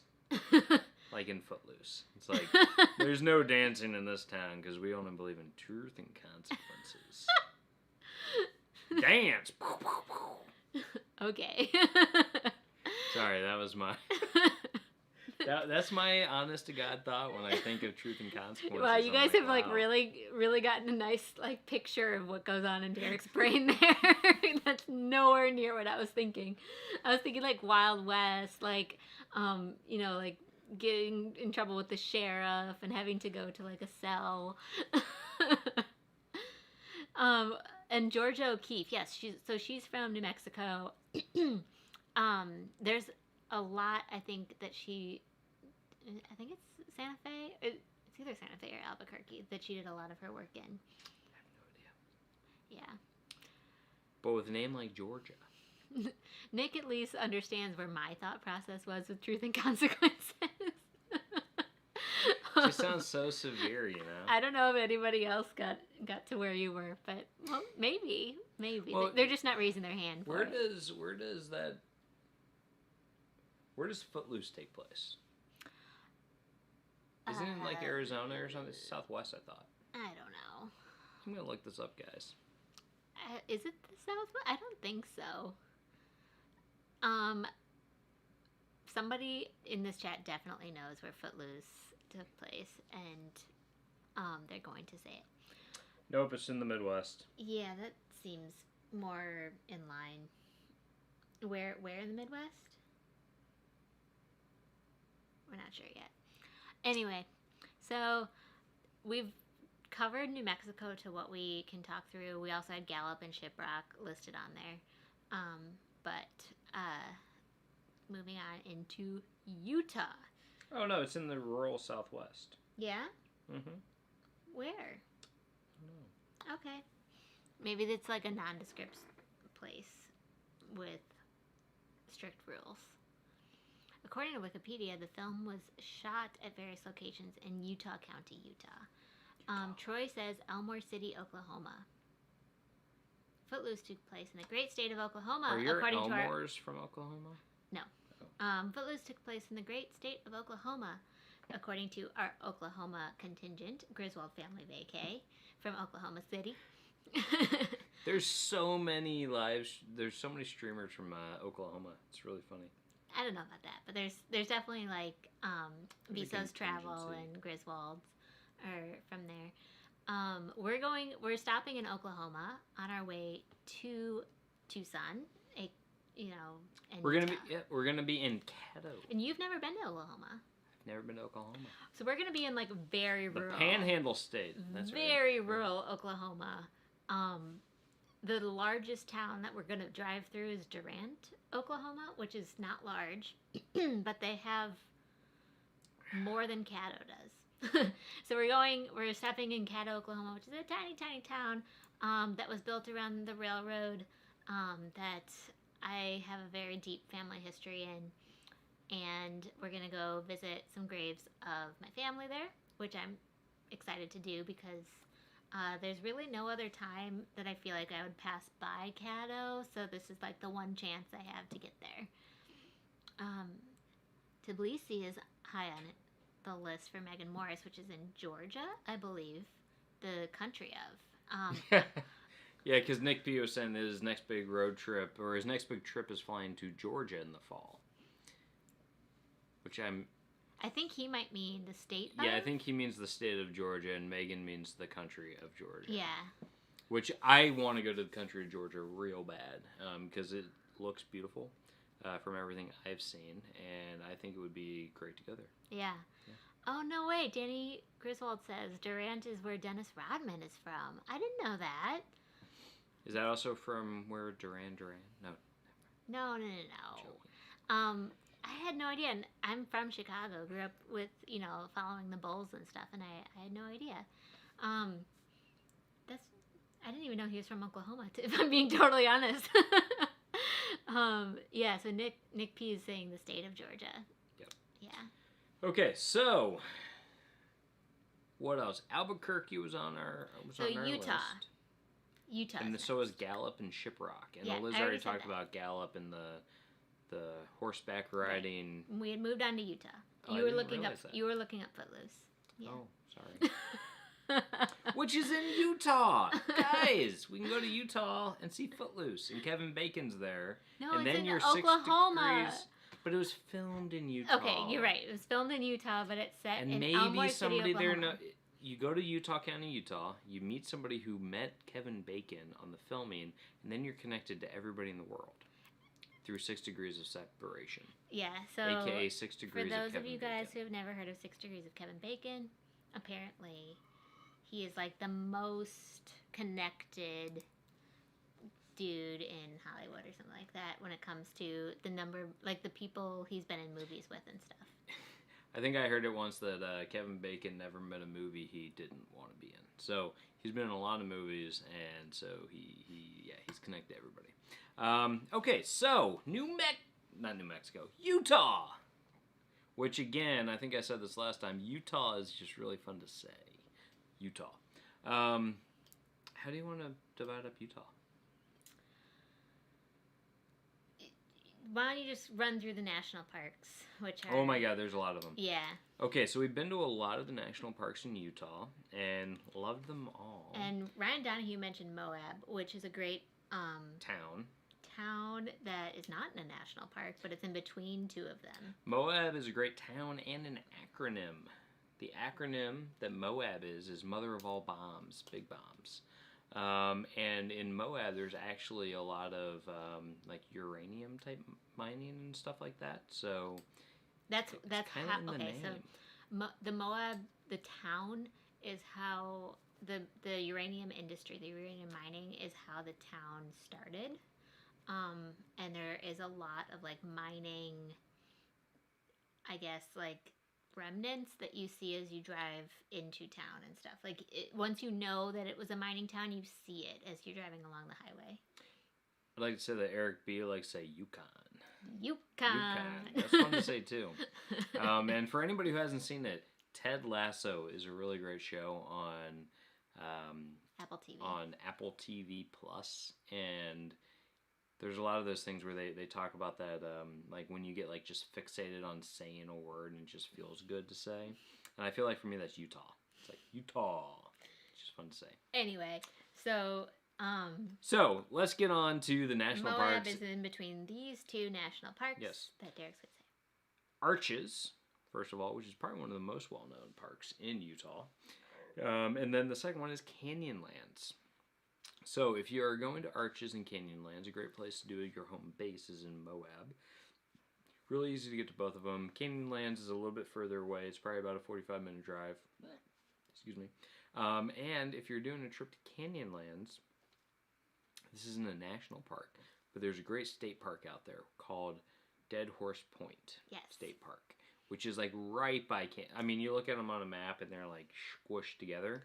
And I'm not gonna lie, I liked Arches, I liked Canyonlands, but Dead Horse Point State Park was phenomenal. I think there's something about the ease at which you can access the viewing platform is really nice, because you can drive right up, you walk around, you have the viewing decks. It's very easy to do. And it's just breathtaking because, you know, similar to Goosenecks of the San Juan and Horseshoe Bend, there is kind of like that bend in the Colorado, and it's gorgeous. It looks really, really pretty. And, you know, when you get there, you actually learn about the history, and why it's called Dead Horse Point is that, you know, there used to be, on that point, because of the neck that's formed by the river, because it's a cut bank that comes through, they used to actually keep wild horses out on that part of the plateau. Sounds like it's nicer than its name. Yes, Derek's about to share that backstory. So the reason why it's called Dead Horse Point is because they used to keep horses there in order to, like, as they were, like, taking them, you know, place to place, they'd put them there and wrangle them. And there was something in their past about, you know, a bunch of the horses were left there to die. I don't remember the exact details of it. But because of this supposed event that took place where hundreds of horses, you know, were left to die on that plateau, they weren't let out, blah, blah, blah. You know, that's why it is called Dead Horse Point State Park now.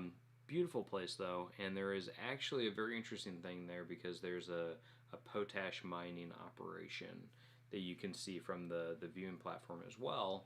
And what they do for that is they actually fill an area in like that desert area with different solvents. And what it does is it brings the salt up, which is what potash is. It's a type of salt. Which creates this beautiful color.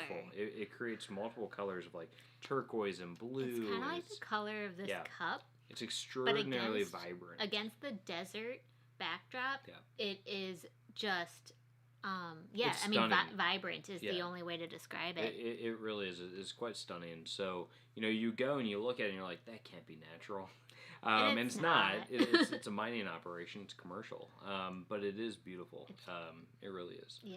And that's used a lot for like fertilizers and different stuff like that. So, very cool place. Highly recommend it if you're visiting Canyonlands and Arches down in Moab. And our recommendations for places to stay in Moab, there's a ton of hotels.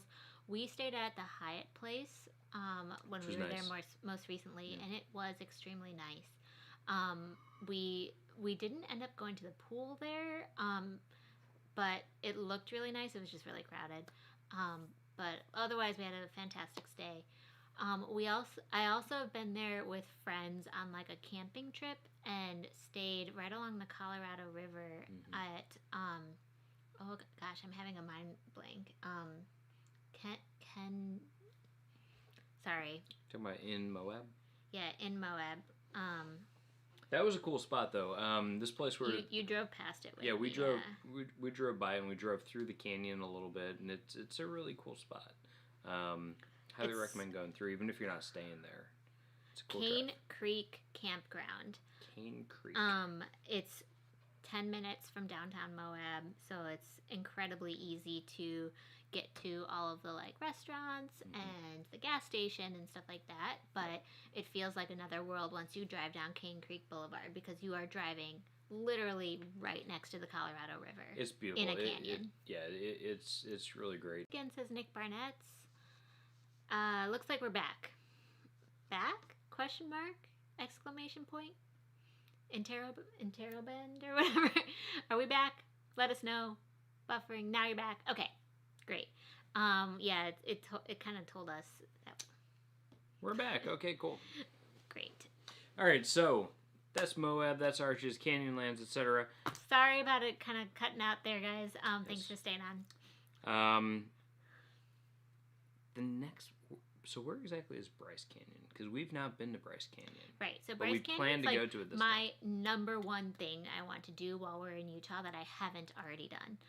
Because we've done Zion, which that's another one we're about to say. We've done Canyonlands. We've done Arches. But we haven't done Bryce Canyon. And that one looks just really, really cool. So basically, the long and the short of it is we are definitely getting the National Parks Pass this year. Yeah. Because we're going to go to a lot of them. And I'm filming in them all. I'm going to have my director's hat. I'm going to say, action! Action! It's going to be great. With the megaphone. The megaphone. It'll just be a piece of paper I rolled up. Action! We're gonna get kicked out. Anyway. Oh yeah, Coral Reef National Park too. Thank you for mentioning that. Yes. That's on our list? Or no, Capitol Reef. Coral Reef is not... Capitol Reef, and then there's Coral Pink Sand Dunes. Yes. You nailed it. Yeah. And Danny knows. He knows. Okay, and then Grand Staircase Escalante is another one that's on our list. I think it's like a national area. Or monument, maybe? Yeah, maybe national monument. Yeah. So I think we could maybe still use our National Parks Pass there. So that's another one that we haven't been to. Really want to go. There's a ton of national blanks in Utah. Just like fill in the blank national. Glen Canyon. Trails. There's the Mormon Trail. There's the Pioneer Trail. There's a bunch of stuff out there. So we plan to go to a lot of them. But Zion is probably closest to where we're going to be for most of the time because we will be staying in southern Utah. And again, that's so fun to say, Utah. Stop. So fun to say. So we will be staying in southern Utah, and we will be going to Zion National Park while we're there because we've been there one time, but we didn't do a whole lot of like hiking. So we want to go back and do a little bit more of a hike and still get some cool pictures because that is a gorgeous park. We're gonna have to rewatch a lot of the people that join our live streams have Utah and specifically Zion videos and stuff on their channels. So we really want to make sure to brush up, learn all your tips and all that. And I know that Eric B went there when he went to Vegas. He says he wished he had more time. Yeah. And Griswold Family Vacay says, can you do much in Zion from the road, like as far as scenic drives? Yeah, no, you totally can. That's what we did last time, is that we just drove kind of up. Yeah, I mean, I would say there's less there than in Arches in terms of scenic drives. We definitely got out of the car in Zion and did some hiking.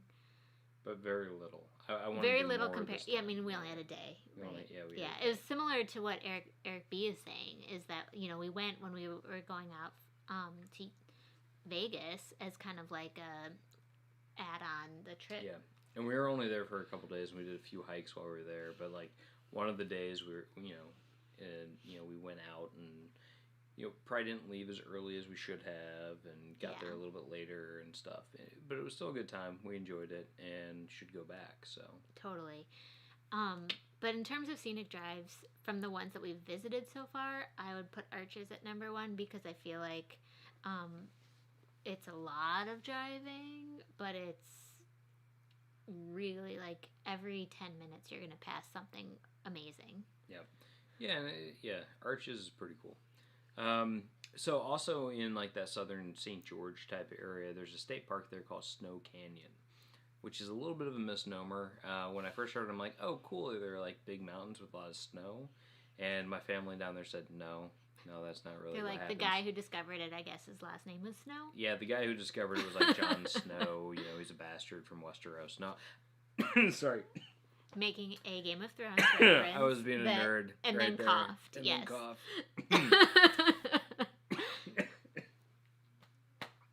So, yes, the dude who founded it, their last name was Snow. I guess they were like settlers there and whatnot. It's called Snow Canyon. It's actually a lot of like petrified dunes. So you walk through it, and there's all these things where you see like the waves of the sand. It's these, I don't know what else to call them other than petrified dunes. There's a lot of like lava tunnels and things like that. There's a bunch of caving that takes place in Snow Canyon. So, it's an interesting place. It's a lot more like broad, open areas, not just like you're on like a little narrow trail. It's more like open. Yeah. And it's beautiful. Eric B says you can pay for a scenic drive route. I didn't know that, actually.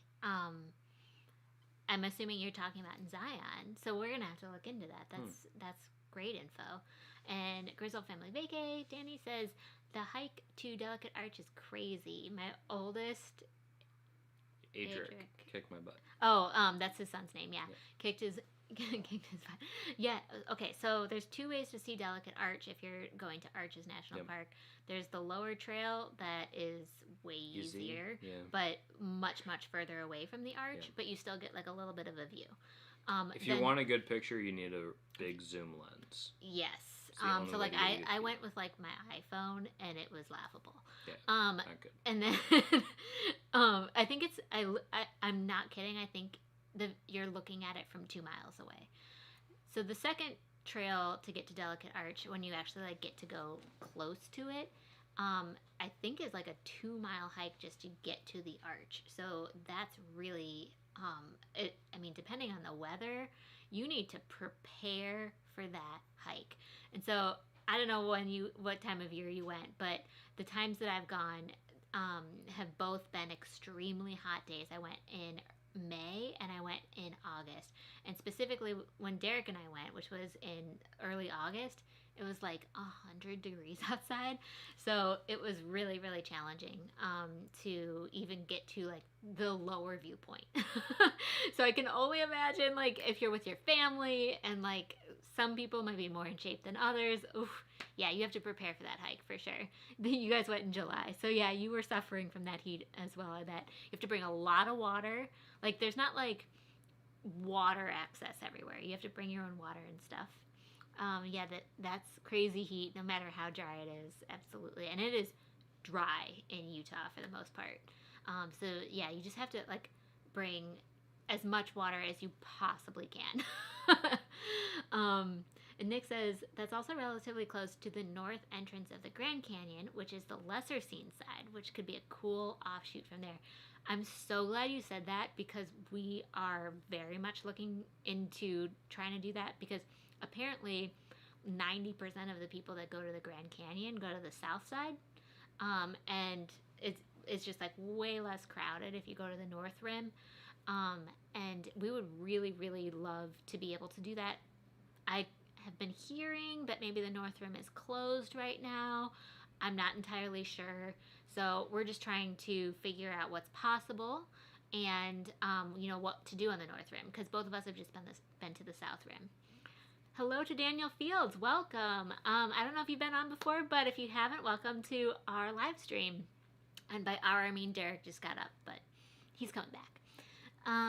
And Eric B says, I wasn't going to do a lot of hiking because I know I wasn't in shape for it. Yeah. And there's certain places, especially in Zion, and I think it's like, man, I forget. Is it the Needles in Zion? Or was that in Arches? There's one trail in Zion that you have to be like in incredible shape. And my best friend did it because she is in incredible shape and I'm not. And she was like, yeah, it was beautiful. And I'm like, cool, I don't know if I can do it. But you also have to kind of like be secure with your footing too. It's not even just being like, like moderately active. You have to have like good balance and stuff too in some of these trails. There is a trail in Arches that you have to like register for because it's so challenging. Yeah. It's like called like the Fires of Hell trail or I don't know, something like that. Something incredibly scary sounding like that. That like they named it something scary because of that. Yeah. Angel's Landing, yes. That's what I was thinking of in Zion. But, it also comes down to like being prepared in terms of having the right gear, making sure that you have water or camelback, if you have like the hiking poles and stuff to make sure that you have extra footing. Having the right shoes and footwear in terms of hiking boots and stuff with ankle support is very important as well. Even Snow Canyon, you and I had our good hiking shoes, if I'm remembering correctly, but your aunt and uncle had the hiking sticks. They gave us hiking sticks. Yeah, that we didn't bring, and then they gave us spare ones, and we were like, wow, this makes such a difference. So much easier. It's crazy. And Eric B., when you're in Seattle, it also is helpful there doing the hikes around like Mount Rainier and stuff. Yeah, there's so many great hikes in the Seattle area for sure. So that covers a lot of the national parks. And we've talked about a couple of the state parks as well. So we talked about Snow Canyon. Glen Canyon we haven't been to, but we want to go to on this trip. So if any of you guys have been, please let us know in the chat what we should do, what we should prepare for, if there's a place to eat that we should eat at. Let us know. So here's what I would say about Utah, because Utah is a big state and has a lot of different types of regions. So in the south, there's a lot to do, obviously. Whether it's Navajo Nation with Monument Valley and seeing Arches and all that stuff up on the eastern part. We're going up north to Salt Lake. So our idea is that we'll be in that southern part of Utah for about a month, and hopefully get to see a bunch of stuff while we're there. And then after it, we might either while we're in home basing in the southern part, we might go up to Moab, or we might go up to Moab after, go up to Salt Lake after. Head over into California. There's just a lot to do and see in that general region. So if people are like, hey, after Utah, a great trip would be to go here. Yeah. That would be really cool to tell us as well. Like Idaho. Idaho's just north, right over the border. I think so. It's north of Utah, but I guess so much farther north than southern Utah. I mean, I know. Yeah. But I want to go. I want to go to Idaho. I want to see Boise. I hear Boise's actually pretty cool. My number one destination is Sun Valley. Yeah. Idaho Falls. Yeah. I mean, so much to do. It looks so beautiful. It looks like my kind of place when it comes to outdoor adventure. And then a few people were saying They do a great job at breaking down the trails to tell you what is the easiest to the most difficult. I've found that at a lot of national parks, which has been super helpful. And even national parks in the UK, you can find a lot of resources for that too. I haven't visited national parks in any other country, but I'm sure it's the same. But especially in Utah, if you go to the information center, which is almost always like right when you first enter into the national park, you can get that breakdown of what you feel most comfortable with, and the trails that make the most sense for you, what you're looking for. They tell you, like, I mean, honestly, like, between you and me, I'm gonna bring a ton of water no matter what, but it's like they'll tell you, like, bring a lot of water on this one or something like that. I mean, we'll definitely be taking like a big vat of water in our SUV and stuff when we're up there, just to have generally. I mean, I think it's good to have no matter what, even when you're just doing a long road trip, even if you're not in the desert. So we'll have that. You never know when you have to clean off your windshield from gunk, in case you run out of windshield wiper fluid like I tend to do. I mean, we've run out of windshield wiper fluid too because we try to film a lot from the car. And you got, like, we try so hard to have clean windows, but when you're in, remote areas, they get dirty so quick. So we told you guys about this, I think it was on Saturday or last Thursday, on our live stream, but I mean, we ran out of windshield wiper fluid so fast in the UK. It was, we were just laughing at ourselves on that. And we went through 2 cars. So we and as Eliz will show in the next vlog that we put out, which she's been working on. Let's talk about that real fast. Okay, so next vlog is going to be about Portchester Castle and Winchester. We did a day trip from our Airbnb in Portsmouth, and so it's kind of combining 2 completely different destinations, but all within the Portsmouth general driving area. And we did them in one day. Yeah, we did them all in one day, including South Downs National Park too in between. And we were just like, it's a cool vlog where I'm trying to put it out either tomorrow afternoon probably or Saturday. Yeah, that's probably more likely. Because tomorrow we have to record some voiceover and stuff. Give a little bit. We can do it if we focus. Derek has a lot of like the voiceover work, and so that was just me cracking the whip that you guys didn't realize because I also had to go finish doing my color corrections. That's true. So I like doing the voiceover too, but when it comes to like the history parts of things, Derek just knows the history so well compared to me that we have him do kind of like the history voiceover stuff. And this particular vlog, most of the voiceover work is that. So yeah. It's where I try to channel my inner Rick Steves. Yeah. He really like talk about he's all like that stuff. Use those fun words like venerable. South Dakota. We could hit North Dakota for you, but we're buffering a bit again. Oh no, not buffering. Are we back, you guys? It says we're back already. Purdue says I'm bad luck. Sorry. Oh, is that Purdue making us buffer? Guys, I'm sorry. Megan, I'm sorry if you were buffering, but okay, good. Eric we're back. B says we're Thank back. you. It already says that we're back. I don't know what keeps happening with this. Yeah, I think it's just the part of the country that we're in right here. This little hamlet, neighborhood, town type area. It does kind of like cut out every once in a while, which I think is the issue that we have sometimes. Yeah, so. It's a awesome neighborhood, but the internet leaves something to be desired. Yeah, I think there's only one choice in internet. Purdue says my office chair rolled over the internet pipe. Sorry. Very nice. Man, stop doing that to us. That's funny. Eric B says with the bugs in Louisiana here, there's no such thing as clean windshield. Yeah. And there's certain places like that'll get cicadas and stuff in the summertime, and I mean, no such thing as clean windshields. But Utah, the thing you have to, and Arizona, the thing you have to deal with is like the dust, especially in the dry months and stuff. So we're gonna be probably purchasing some windshield wiper fluid while we're ootin' a boot. Ootin' a boot? Yep. Yeah, we're going up to Canada.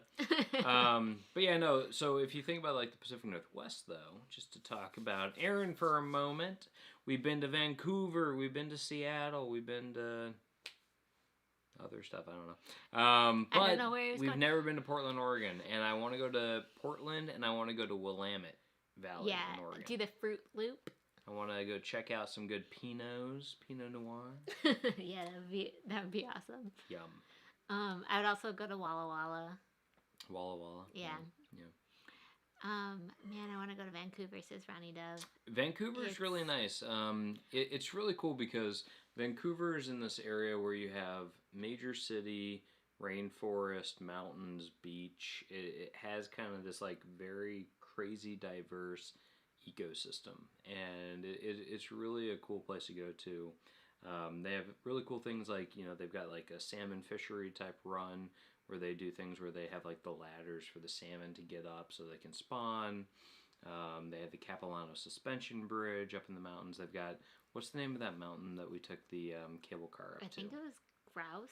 Grouse, yeah, Grouse Mountain, which is so beautiful and really cool. And it was funny because we went up there, we thought we were going to go up there to hike. Yeah. And we ended up taking up the cable car and talking to this Canadian couple. And we ended up just like drinking with them at a bar. We had so much fun with them. We got like an outdoor table with them, and we were just like drinking the rest of the day. And like overlooking the city. It was so much fun. It was an outdoor table with this phenomenal view. Oh my god. So we were like, why would we leave? Yeah. And now we have a reason to go back. Yeah.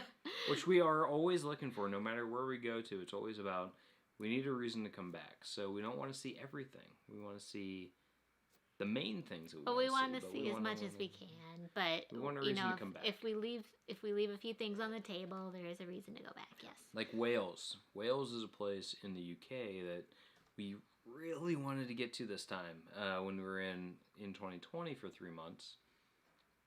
Liz is about to drink more wine. Mas Vino. Walla Walla. No, I'm just kidding. This is from Sonoma. So, so in like Wales, for example, like we went to, we loved it. We saw a bunch on the north coast with like, National Park and Betws-y-Coed and Conway and Carnarvon and all that good stuff. We didn't really do the south. Eliz had seen the south, in the past in Wales without me. Oh, you still haven't. I've still never been. Oh no. So we always talk about, we have like all these reasons to go back and do like the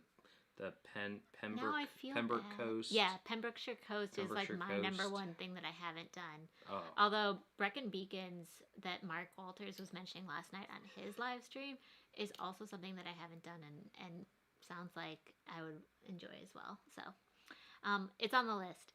But Derek really wants to go to Swansea and Cardiff. Cardiff, yeah. And we had it 100% on our itinerary to go to in We're like, UK. all right, we're going to go up to Bristol, and then we're going to go into... Thwarted. They shut down the border. Yeah, I mean, we're not upset with them because they did it for... yeah, totally understand. Absolutely valid reasons. Yeah. But I'm sad for Derek because he still hasn't been to those places. Which would be cool. We'll they have have cool to go castles back. and whatnot. Gotta go back. All right, so Marilyn Dillon says, I loved Portland when I was there. Very cool. Nick Barnett says... Michelle, thank you. Decoy is really good stuff. Nick Barnett says, up here in the northeastern U.S., actually in May to June particularly, you'll go through a lot of windshield wash with all the forests lushing up for summer. That makes sense. Yeah, especially if there's like pollen or leaves or, yeah. Eric B's letting us know that Walla Walla is fun to say, which it is. Sure is. It's like Walla Walla Bing Bang. Ooh, ee, ooh, ah, I would ah, even, ting, tang, Walla I would Walla, even bing, venture to say that Willamette. Willamette. Which is funny because thank you. I said the first time I saw it, I was like, it has to be Willamette, right? Because that sounds like the more like Willamette. It sounds like what you would say about wine. Roxanne, and then I talked to somebody from Oregon, they're like, no, it's Willamette. Oh, Willamette. Okay, cool. Yeah. So now I love being that guy who like corrects people when they're like, oh, Willamette, I love that place. And I'm like, it's actually Willamette. You love being that guy? I want to be that guy because I'm like... You love it? Yes. I don't know. I want to be like, because that means you're that guy. I am that guy. You're the one who's like, well, the Brazil nut is masquerading as a nut, but it's really a seed. I know nothing about the Brazil nut. But that's a Friends reference. Willamette. Okay, so Roxanne says you need to hit the coast in Oregon or Washington. Yes, we do. We would love to Totally. do that. I think it's Olympic National Park, right? Over in Sounds right. Washington as well. We've always wanted to do that. There's a Big Wide World says, take the ferry from Vancouver to Victoria. It's a beautiful trip. Victoria is wonderful to visit also. It really is. Great suggestion. Victoria is one of those towns that you go to and it feels like you're in England. Yes. You go to a place like Quebec City over in Quebec and you feel like you're in France. It really does. It feels like that old, continental European feel with like town wall and all that stuff. But then you go to a place like Victoria and you're like, I'm in England. That's what it felt like to us. And they do have, similar to Quebec, having the Fairmont Hotel there. They have a similar... The Empress Hotel? The Empress Hotel, I think in Victoria, which is supposed to be really cool. I mean, we didn't stay there. Okay, so when we went to Vancouver, we did a 13-hour-long day trip. Yep. So you leave very early in the morning and take the ferry over to Victoria, and then Beautiful we ferry spent some ride. time in Victoria. Yep. Then we spent some time in the gardens. What is it called? Bodnant Gardens? Bodnant, yep. Or is that the one in Wales? Oof, that might be Wales, actually. They both start with a B. There's one in Wales. Bouchart Gardens. Bouchart, yeah. Is the one in Victoria. Yeah, Bouchart Gardens Outside actually Victoria. outside of Victoria in that part of Canada is beautiful. Mm-hmm. Stunning. So the tour took us up to Bouchart Gardens and then down back to Victoria. We spent a lot of time there walking around, and then we took the ferry back at sunset. It was the best experience. If you're there, and we went in August, at the end of August, so there was a lot of daylight. Taking the ferry at sunset, our tour guide took our photo on it.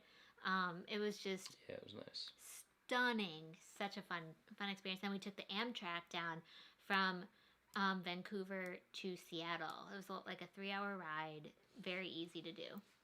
Yep. Purdue says, one of my big disappointments was a free trip to Whistler Four Seasons. I could not fit into my schedule 2 years ago. Oh no. That's a bummer. And there's Big Wide World says, I always say that the first trip is the reconnaissance trip, so you can prepare for your next trip. I love that philosophy. Yeah. Absolutely. Well, that's kind of how we feel about Paris, right? Because we've been to Paris multiple times now, and we had gone there one time together when we were back in college and had a good time. It was college, it is. We what it is. there. We were staying in a hostel during a cold spell. It was cold, and so it was bitter cold. We went to the top of the Eiffel Tower together, but we were not dressed for the occasion. We were both just I'm so cold. Honestly, even if we had dressed for the occasion, we still would have been cold because the wind was just biting. Yeah. And as you can imagine from the Eiffel Tower, there's not a lot of wind breaks, so it was pretty frigid. But, so we went back again, though, when we were going down the Loire Valley, and we did a weekend in Paris, went down to the Loire Valley, did that whole thing, and then we drove back up and did another weekend in Paris. And what Eliz said was, true of this time was that, okay, we came back to Paris, we did, the touristy stuff that first weekend, and then we came back and we just kind of, had a good time. We just went to cafes and did the Parisian lifestyle, and that's when we fell in love with Paris. That was phenomenal, and she's been back many times since then and just loves it. I mean, love. Especially the shopping, because the clothes fit those first few times when you're just going to all the tourist attractions and checking all the boxes, you're I don't know. And then once you actually live the life, you're I get it. This is the cafe culture is phenomenal. This is a decadent lifestyle that I fully embrace. Yeah. So Purdue says Bristol, Severn Tidal Bore can raise 40 feet, wave flows upstream, and you can surf it. Cool. I don't know what that is, but that sounds a lot of fun. We didn't do it in Bristol, clearly. Oh. We were there in late, mid-October. And so I'm not sure if maybe it was not available then or something. Yep. So Purdue says Johnny Carson Nut Lady is his favorite. Not sure what we're talking about there, but that sounds like fun. And Eric B is saying, I definitely want to go to the Pacific Coast Highway when I move up to Seattle. Yeah, so there's a whole thing about top, like unforgettable road trips in the United States, coast to coast, type things. And one of them is definitely the Pacific Coast Highway. That would be a phenomenal trip to do. Part of our trip through, the Southwest is going to be on the Southwest Pacific road trip, which typically would go from like Savannah all the way to San Diego.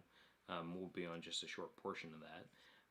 But there's Route 66 goes through. There's a bunch of different things along the route that we hope to see while we're down there. But yeah, doing the Pacific Coast Trail or the Pacific Coast Highway would be really cool, especially if you run into convertible. That'd be dope. Yeah. By the way, thanks to everybody who was saying boot chart to correct us. And there's a big wide world says lots of Brits retire in Victoria. It's incredibly British. That makes sense because I think there's like a reciprocity sort of thing where British people can more easily go to Canada and vice versa. Yeah. So the cool thing that I thought was like the telephone booths that they still have there. Yeah, they're like the British telephone fun. booths, and you're just like, I feel like I'm in Britain. Yeah, and you kind of do feel like you're in Britain. Like the gardens are a little bit more English style, and the cuisine is as well. I would say. Yeah. It's nice, and you can do like high tea at the Empress Hotel. Yeah. And yes, like that's that. great. Yeah. And compared to like Quebec, which has a little bit more French leaning, that's that's I'm a more cool of a French food kind British of guy. culture in North America. What I will say though is that there's also a really cool museum that we went to in Victoria, which is the First Peoples Museum there that they have, which is like their Native American terminology and whatnot. And that was a really cool thing where you can go see a bunch of like what are they? Was that there, or was that by there. Capilano Suspension Bridge? No, that was there. Oh, okay. They have a First Nations museum where they have a lot of totem poles and a bunch of stuff like that we thought was like really interesting, really Loved neat. that. So whenever you can learn about the Native peoples, I think that's really important to do. Megan, by the way, I've been meaning to ask you because I know you mentioned like a while ago that you're going to Mexico. Where in Mexico exactly are you going? I want to know. Yep. So Eric B says 38-hour drive from Baton Rouge to Seattle. I could do that in a day easy. And then there's a bunch of people trolling him about that, which I love. That's funny. 38 hours and 24 hours. Totally feasible. Yeah. Megan Morris, you drive a Ferrari? Cool. Nice. Yeah. Nick Barnett says, you got to teach me how you do that because I'll make my cross-country road trip so much more efficient. Nice. Our trip from Cincinnati to Utah is going to be about 38 hours, I think. Troy Stansel says, do you know that 5 out of 4 people are good at math? That's funny. Roxanne is saying that, hey, 101 Pacific Coast Highway, it's a windy road along the coast, very beautiful. Yeah, we would love to do the PCH. Yeah, so the PCT, Pacific Crest Trail. I have no desire to do the PCT. Go do some wild and just like I don't know. I'll leave that to Reese Witherspoon, I think. Yeah. So what I will say about that is that there is a town that I really want to get to that I've never been to, which is Carmel by the sea or whatever it's called. And that seems like really nice and would be a lot of fun to go to. And we really liked, so Derek's brother used to live in Sonoma County. He lived in Santa Rosa. And when we visited him one time, because we went several times, but one time we visited, we drove out to Mendocino. There's a state park. Mendocino is really nice. There's a state park in Mendocino. I think it's called Mendocino State Park. It's right along the Pacific coast, and it's like these cliffs with beautiful grasslands right along it. There's a good like artist community there as well. Yeah. So that's a really cool way to see the Pacific Ocean that is kind of off the beaten path. You go through redwoods and stuff, so you see like those like massive trees. Although if you have anybody in your car that maybe would get car sick, like not even like definitely gets car sick, like good thing is like if there's any chance at all of car sickness, just bring the Bonine or the Dramamine, just because it is, or bags, or just take it, because that is a windy road. We'd also love to go all the way up to like Big Sur and Eureka. Just haven't made it all the way up there yet. So Lori Sim says Carmel is beautiful. Be sure to eat at Clint Eastwood's bar if it's still there. Oh, cool. I like Clint Eastwood. Why not? Sure. Sounds like fun. Yeah, Big Sur would be really cool though. In California, there's so much of California that I have not seen. I've been to San Diego. I've been to San Francisco. I've been to LA. But it's such a massive state. It really that is. It's hard to say that you've seen it all because I've never been to, like, the northern part that I think of as more like Pacific Northwest. The Virgin River part. Yeah. Where Virgin River on Netflix takes place. Which is actually filmed in British Columbia, we found out. But set in fictional northern California. Which would be awesome. And then also there's like Death Valley we haven't been to. We haven't been to Joshua Tree National Park, Palm Springs. Yeah. We haven't been to Central Coast. Never been to Coachella. Burning Man, where's that? Yeah, we haven't been to Tahoe. Like all those like more eastern places in California we haven't hit. So there's just that's not true. We went to your cousin's wedding in. That was in Reno. No, the other cousin. His brother. Forest Hill, California. That was beautiful. That was really beautiful. That was a cool spot. That was the only time we've ever been to Eastern California. Yeah. Anyway, so Mendocino County Line is a great song. I haven't heard that song. Who's it by? Tell me everything. Sounds like a country song. Which we would love. Yeah. And we have a long drive ahead of us. So if anybody has playlist suggestions, song recommendations, DM me on any of the platforms and put it in the chat and it'll get played. So Nick Barnett says that he's only been to San Francisco in California so far.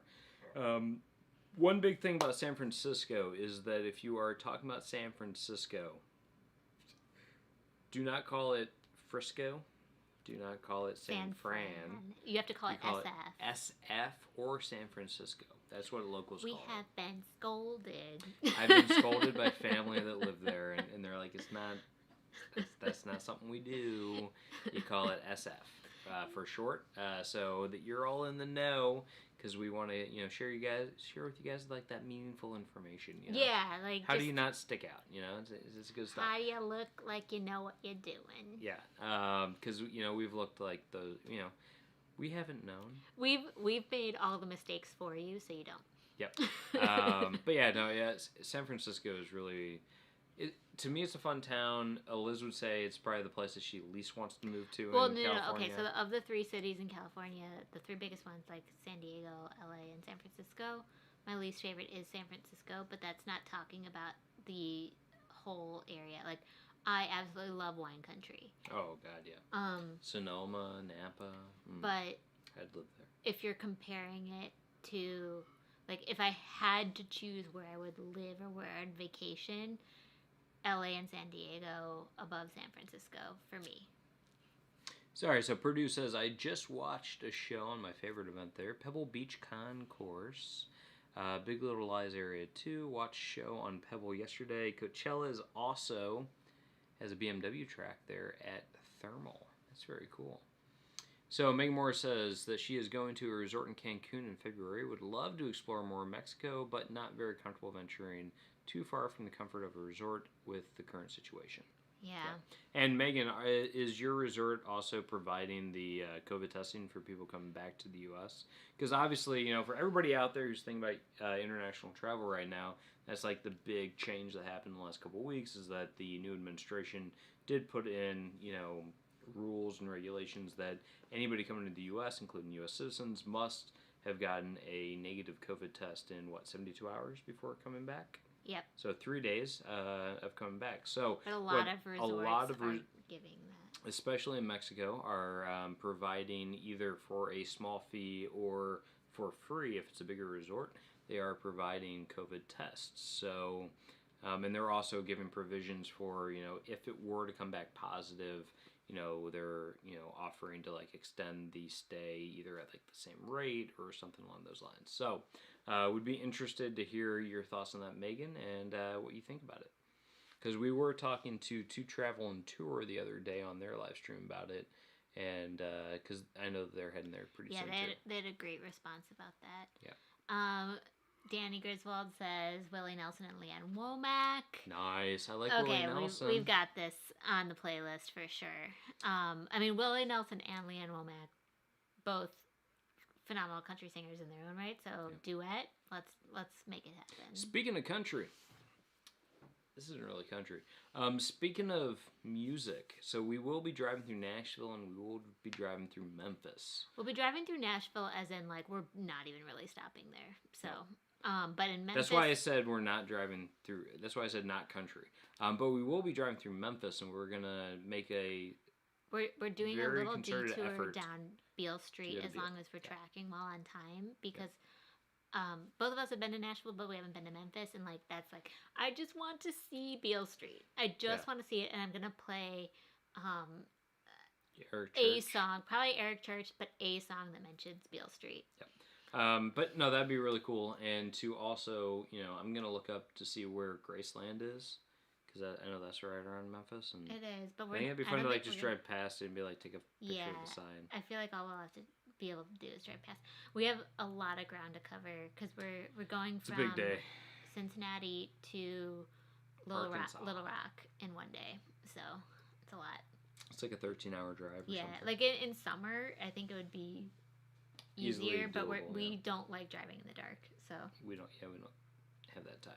Okay, so Marilyn Dillon says American River in Northern California, Sacramento, Folsom, and Auburn.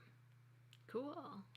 Lori Sims says Santa Barbara and the local wineries are a super 3-day weekend. Yeah. Nice.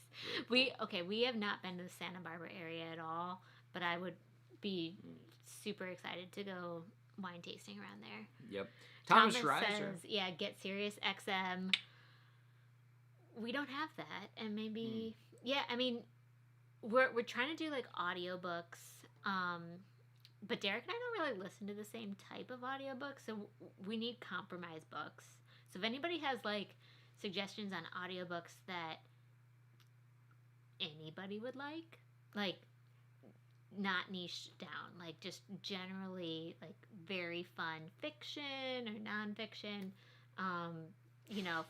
family favorites, pass them along. She doesn't tend to like my books.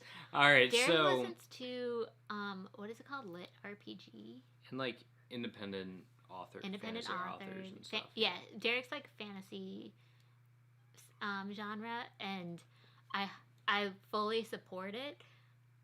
All for him reading cool books that he loves, but it's just not my cup of tea. So. Yep. So we have a new person on. Hi, Photography in Focus. Photography in Focus, Texas. I bet you're asking about our pinned question from 2 hours ago that we kind of covered, but would love to hear anybody else's take on it too, because it's still open for interpretation. But he or she asks, why is Indiana part of the Midwest? I mean, it's the crossroads of America. That's like the state. Isn't that the state motto or something? It's the state motto. The state motto of Indiana is the crossroads of America. That's the most Midwest thing I've ever heard. I mean, like all the major highways come through Indiana. I know. Indiana's great. Guys, I'm aware. I'm just saying. You can go anywhere. I'm trying to justify easily the question being asked, and that's it. I mean, if you look at it, if you look at a map of the United States, Indiana's kind of like in the middle.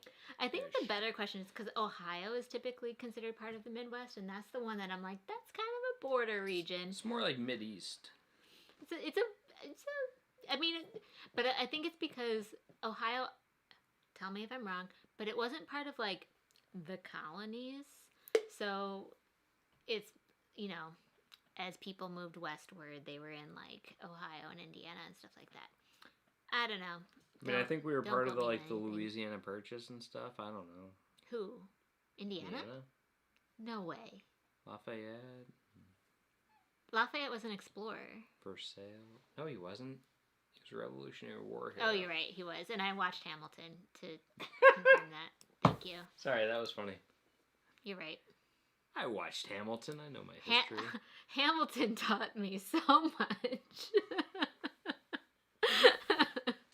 He was a kick-ass rapper. Okay, so Nick Barnett says, kind of like how New Yorkers cringe at being called the Big Apple. Yeah. Although in Louisiana, the Big Easy.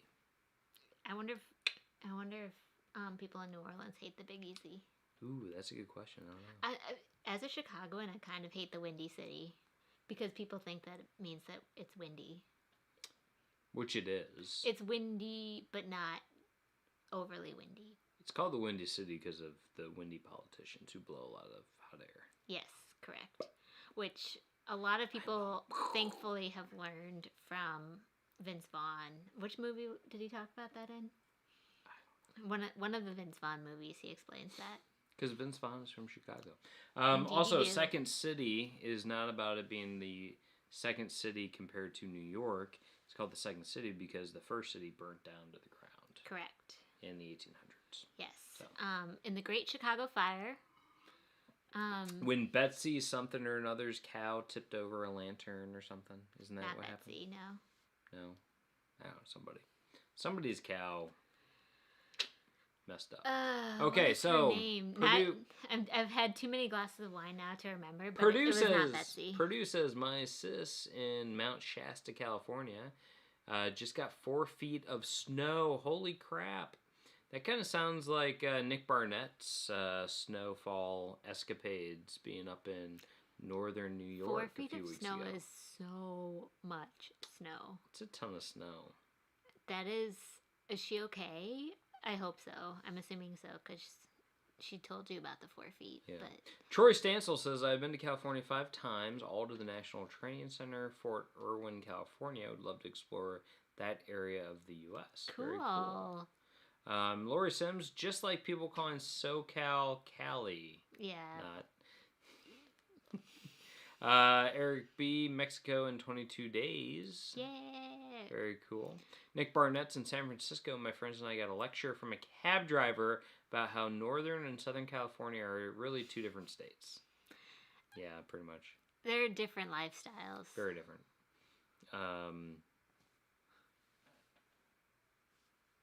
Megan Morris says, can't wait. I need some sun and sand in my life. Yes, Resort has free on-site testing and free 10-day quarantine if you test positive. I'll also be getting COVID insurance just in case. Very smart. Oh, wow, that's really cool. That has free quarantine if you test positive. That's pretty neat. Yeah, that is really, really great. Eric B says, hot tub and room. I may never leave the room hot. Dang, is everybody going on this trip but us? That's insane. It sounds like everybody's going to go to Mexico but us. Yeah. Mary Ellen Dillon says, sad to drive through Nashville and not stop. Yeah, it really is. It's a major issue. So we're scheduled to stop at like a Starbucks in the suburbs of Nashville to eat we're bringing a packed lunch. But now I want hot chicken and mac. I know. It's like we would love to stop at Hattie B's. Hattie B's would be so good. But we just don't have the time for it. I might find the time. That sounds so good. If all of a sudden you guys see us like in our Instagram story at Hattie B's, you'll be like, they caved. That was my fault. If that happens, that was totally my fault. Yeah. So we'll see. That sounds so good. Yes, we will have to definitely listen to Walking in Memphis as we that's a good song. Drive through Memphis at least. Purdue says, if near Carmel, visit John Denver Driftwood Memorial by the sea. That would be neat really too.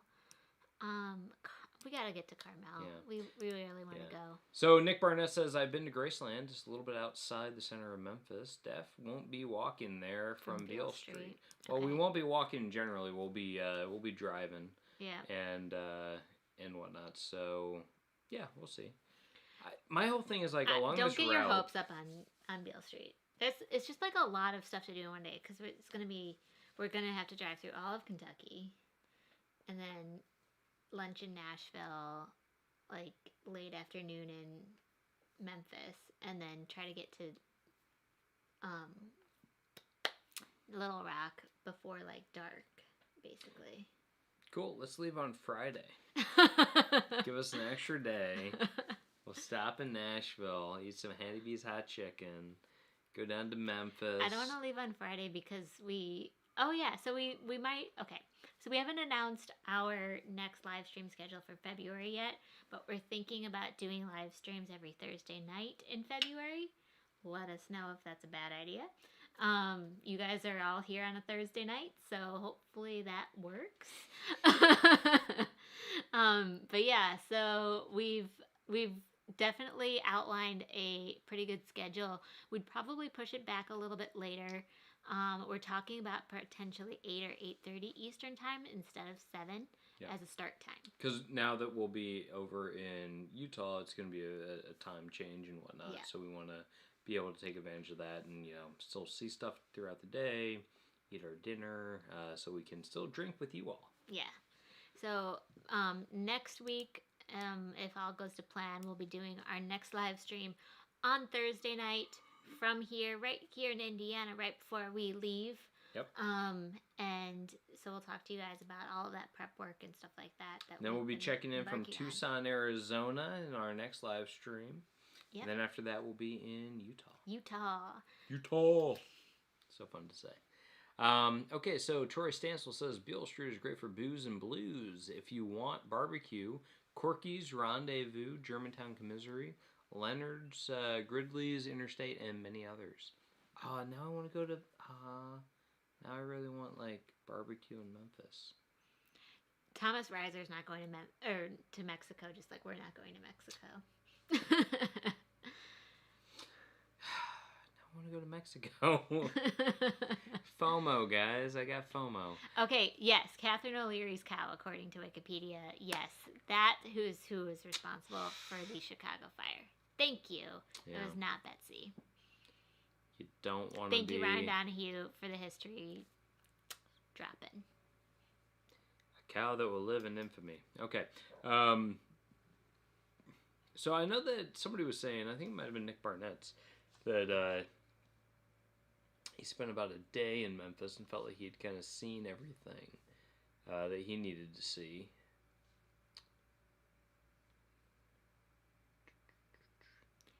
Troy says in Memphis, the Civil Rights Museum, and have breakfast at the arcade. We're not actually stopping in Memphis very long, though. We're just driving. I know. It's like I want to stop. I want to stop at every city, right? I want to stop in Nashville for a night. I want to stop in Memphis for a night. But we can't. What if we leave on Friday and we stay in Memphis that evening? I don't know. Guys, thank you for all of your recommendations. We're totally going to take them into account. Derek's then we can do Derek's lunch. replanning everything. We can do lunch in Nashville, dinner in Memphis, breakfast in Memphis, go to Arkansas. Okay, we'll see what happens by next week if we have a new announcement of anything. I got my wheels are turning slowly but surely. They're turning. Yeah, I know. What's one more night in the hotel? Are you guys talking about history of Lafayette? No. Wait, what? Purdue says, you folk, aka you and me.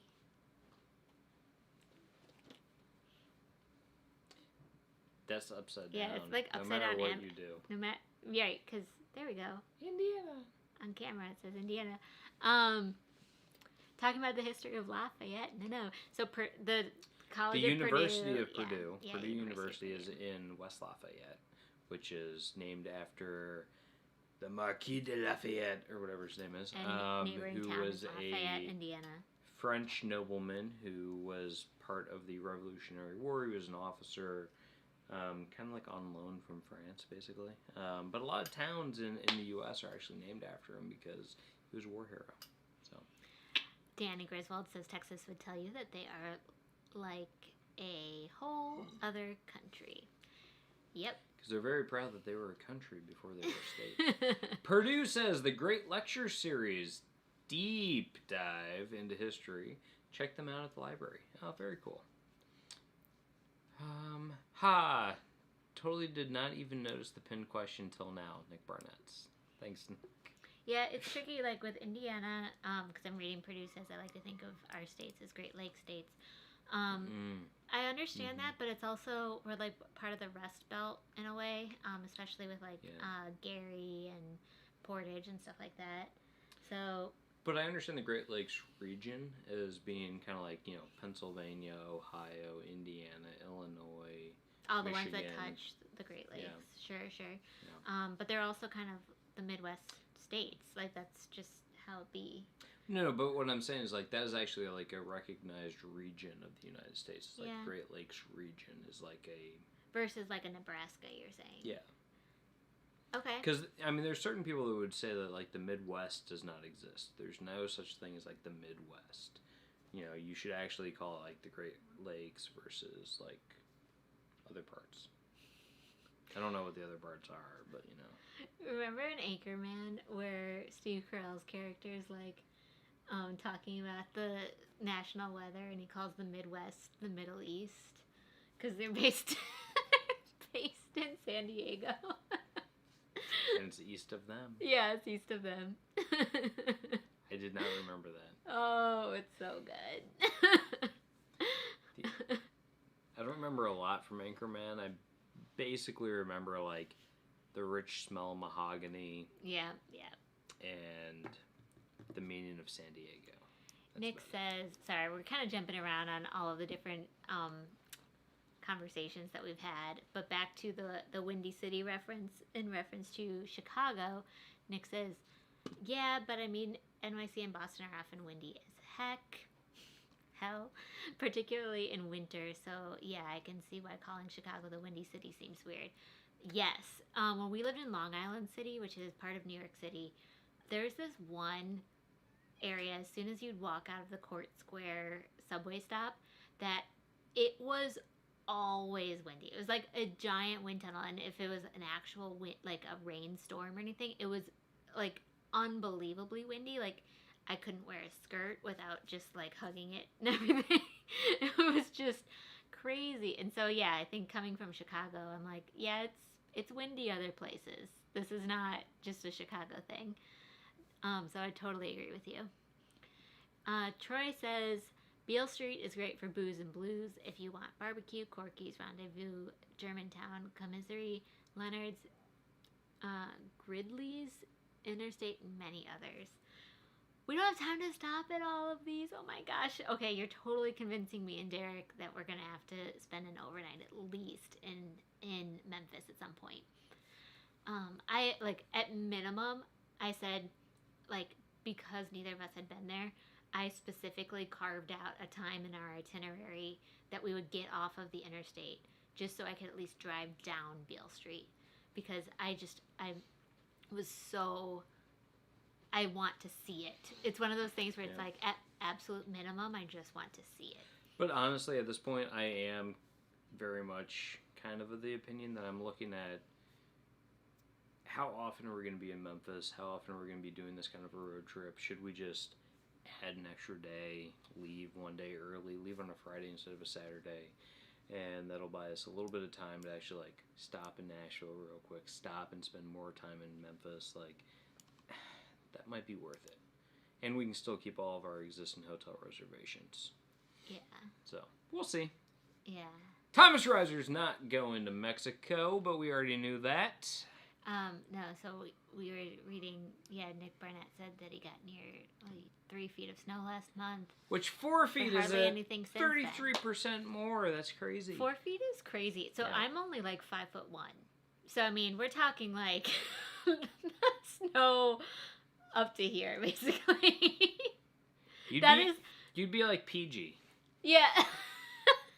Okay, like so jumping through the snow. For all the people that have been on our live streams forever, Papa Gino, PG, our little canine friend from last summer, he lives in Chicago still, and he had to jump through some snow this week, and he is not tall. He is he is not high off the ground. So he was having a little bit of a hard time, and I posted it on my Instagram story for all of you guys to see because it was probably the cutest thing ever. It was very adorable. He's like a little Ewok trying to go through the snow. Real quick, Troy Stansel says you can't drive on Beale Street. You actually have to walk it. Oh, no. Wait, so we'll have to find like a parking spot. So I guess that's it. We have to stop in Memphis and stay the night there. I guess that's, that's I had already planned out our Little Rock time.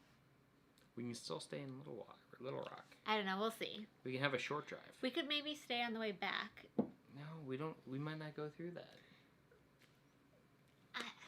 I've already planned it just makes me so upset because I've already planned everything. But I do want to go to Memphis. We'll see. So. But yeah, all right. So gonna be Troy fun. says it's 7.5 to 8 hours from Lexington to Memphis. Yeah, that's about how long it is from Cincinnati to Memphis as well. So it's a long drive. We're doing 3 back-to-back very long days of driving. Yep. Troy Stansel says, oh no, you already read that. Never mind. Walking in Memphis. Great song. Thanks, Nick P. So Nick Barnett, this is what I was saying. So Nick Barnett says, I spent a total of 1 day in Memphis and feel like I've seen what there is to see there, to be honest. Not too big of a place. So that's interesting. And Purdue says, better take a Tesla and let it share 1/3 of the driving responsibilities. That would be neat. That would be nice. We just have a hybrid. I have a feeling that I'm going to be sharing more than 1/2 of the driving responsibilities. So we'll see. Well, okay. So, I mean, I can totally drive. The problem is that Derek's not the best navigator. I sleep. He gets distracted or he falls asleep and then... I'm better at driving. Yeah, like he's just a little bit better at like he's a great driver, but he like also complains about falling asleep, like getting tired a lot. So like I will take over when he's like, I need a break. That we do share it. It's just yeah. Yeah. So if you look at Lori Sim, she says, if I was to go to Mexico, I would hit Oaxaca. Southern state, great food and culture, and then hit the beaches. I would agree with you. I would absolutely love to go to Oaxaca. But if we do go to Mexico at some point in the next year and a half, we probably would go to where Derek's family's from.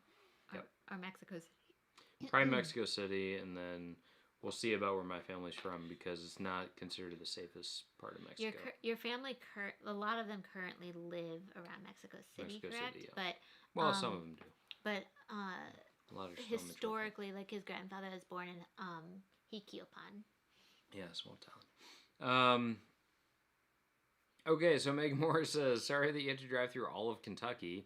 I would bring your own food since stops for food off the interstate in Kentucky are no bueno. I'm sorry to hear that. We, not because of any issues with the food stuff, but we just plan on bringing our own food in general for the first, I think, 2 days, if not all 3 days. Just like sandwiches and stuff like that. So that way, 1, save money, but 2, make sure that we can find stuff that we really like. Although, I don't know, Hetty B's might be calling my name for lunch in Kentucky. But then we'd have to wait in line, and that's just, I'll do it. Babe, it's too much. We have too much driving to do. Nope. We gotta go to Arizona. That's why we leave a day early. All right, Nick Barnett's got to go. See you, bud. Bye, Nick. Thanks for joining us. Thanks Lori for joining. Sims, let's go over your final car packing list. We'll do that next time, actually. We'll do our car packing list on the next episode, I guess. Yeah, that's true. We can do that. Because, that'll be right before we leave. I have to show you guys something. Where's my phone? I created a packing list in Evernote that I created one for our trip to the UK that I copied and pasted into a road trip packing list for Utah and then just edited it from there. So great. And it's like a checklist. So it's just, it's really long. So we're not going to share this whole thing. Yeah, we've got quite a bit. So we're going to be doing some videos. It's extremely detailed. So we'll be filming some videos over the next week and a few days. of us talking about the different stuff that we're doing in our lead up to our trip, so we can share that with you all, including maybe some packing videos and whatnot for what she's taking, what I'm taking. If we have time to film it, we definitely will. Yeah. We should make time actually to film that. Yeah, we should. Because I keep not filming packing videos even though I want to. They're great. Roxanne says, great, glad you will be keeping us up to date on your trip. Every time I listen to you, it makes me want to travel so bad. Hope you two have a great trip. Thanks Roxanne. You are traveling vicariously through us at minimum, so thank you. We're delighted to have you and all of our fellow travelers along. Yeah, so Thomas Ryder says he got a little bit grossed out when he was traveling in northern Mexico 40 years ago. Yeah. He's a hopelessly rural Midwestern, and he's mainly referring to other things on why he got a little bit grossed out. Yeah, some of the stuff around food hygiene and whatnot can be a little bit different, especially 40 years ago. Yeah, your dad went to Mexico. When he was and there, we hear a lot of his experience. I mean, like it was very different back then. Yes, like the area that he went to, which was where your grandfather was born, right? A lot of those areas didn't have like, what was it, like plumbing and stuff, like standard plumbing. What's part of the story? Well, no, it was mainly about food. Oh yeah, sanitation. and like food cleanliness and like flies and bugs and stuff. So yeah, but he never got sick. Yeah, he was the only one. Everybody else on the trip got sick. And he was like 9 years old or something. Yeah, he was very small, very tiny guy, and everybody was concerned about him going down there. And he was the only one of the whole family that didn't get sick. And my grandfather loves telling that story. He was like, yeah, he was like the only one who didn't get sick. All of us else, everybody else got like Montezuma's Revenge, and he was like feeling good. He ate everything. But there have been vast improvements in Mexico in terms of just infrastructure and stuff like that, even within remote areas in the past 40 years. So, Megan says that 4 to 6 hours is plenty of time to see Memphis. Very good to know. Cool. And Nick P says, window Garmin GPS units are the best. Makes my long drive so much easier having to count down on my windshield. Totally. We have like a... TomTom? Yeah, we have a TomTom, but we also have a suction cup thing that holds either our GoPro for filming or our phone for navigation as well. So that's super helpful too for using Google Maps in areas that have cell service. It can be really great, especially if you're driving solo, to have that map right in front of you. Yeah. And talking to you. I've even programmed some of my Apple stuff on my iPhone to be in a British accent just for fun. Because of course she did. Megan Morris says, I would definitely choose Oaxaca or Mexico City over Cancun in normal times. Interesting. Muriel and Dylan says, Hattie B's in Nashville. Get you off the highway for a bit. Nice. I agree. Hattie B's is awesome. It's my favorite. I just don't want to wait in the line. Some mac and cheese. I want it so badly. Sounds so good. You're also on keto right now. Which is probably why I'm like, I want it so bad. Yeah, I'm just like, okay. Sounds so good. Nick D, I would suggest getting a hot brown in Kentucky, but you'd have to take a 5-hour nap afterward, and it would hurt your drive time. Yeah, that would definitely hurt the drive time. What is a hot brown? I have no idea. He even capitalized it, so it must be really important. Troy Stansel says, Silky Sullivan's, a bar in Beale Street, lets you drink beer with goats. You can buy the goats a beer and pour down their throats. Why would I waste a beer on a goat? Because why would you not? It's a cultural experience. Troy Stansel, Silky Soul. No, we already talked about it. Nick P says, but you gotta do like Mark Cohen says, and gotta be 10 feet off of Beale while walking in Memphis. I played that song on repeat when I was in Memphis on my road trip last year. And Nick was asking us about what our total distance was going to look like on this trip. And it's definitely going to be at least like 5,000 miles, but likely more. It's going to be more, because I think our trip out there is like...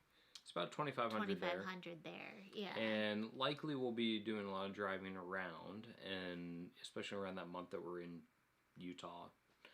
just hanging out. And then I wouldn't be shocked if we ended up making it into California and maybe even driving up California a little bit. So, I think we're going to be driving quite a bit. We might not make your 9,000 and change road trip, Nick, but we'll have a pretty long one, I think. Yeah. So Nick P says, I had car issues in Memphis due to a useless Ford dealer across the border in Arkansas. Well, that's unfortunate. That sucks. Wait, we've skipped this one, right? Mexico? Heck, UK Butcher has their meat and eggs out. It's strikingly different than around here. Yeah. So the eggs thing is purposeful, because they process their eggs differently, and that's completely fine because they don't wash off the protective coating that we wash off in the U.S. So the thing about eggs, so it doesn't perish, and the egg is protected from perishing. So when eggs are come out of the chicken, which is where they come from, they tend science lesson. So when they come out though, they do have almost like a it's like a coating. It's a coating that's almost like an oil around the egg, and it makes so the air doesn't penetrate the egg, which makes it so it's actually shelf stable out of the chicken. In the U.S., we then process it and it strips away that coating, which is what makes it no longer shelf stable, and why we have to then refrigerate it. And it's funny you actually mentioned this because there's a video that we created during our 14 Days of Quarantine series on this channel where we talk about the difference between U.S. and UK foods. And so many comments. So yeah, good. So it had a pretty consistent view count for several months, and then all of a sudden in January it just took off, and it's taken off. This video is taken off with British people, and so they are very much explaining to me the science behind all of the differences that I talk about. Prawns are not shrimp. I mean, the egg thing. Rocket is not. That's totally fair, and all of it's totally fair. And so I'm getting science lessons a lot in the comment section. Yeah. So Mary Ellen Dillon and a lot of other people are saying that a hot brown is an open faced sandwich, and it includes ham, turkey, tomato on a crouton covered with Mornay sauce. Is a crouton meaning a very large crouton of dried bread? I don't know. I'm not sure. I'm thinking croutons of little guys. All right, so Megan Moore says, hot brown is an open-faced sandwich made famous by the Brown Hotel in Louisville. It consists of turkey, bacon, ham, tomato, and Mornay sauce. It's big in Kentucky. Legit has 2,000 calories. Oh my gosh. Ooh. Also, Megan says that it has loads of cheddar cheese. Would definitely not be Eliz or keto approved. Okay, so we'll drive right on past. And, I would eat that. I know. I'd eat a bite. You and I can share it. Not on a road trip. I don't feel like having a dairy explosion on a road trip. I'll eat all the cheese.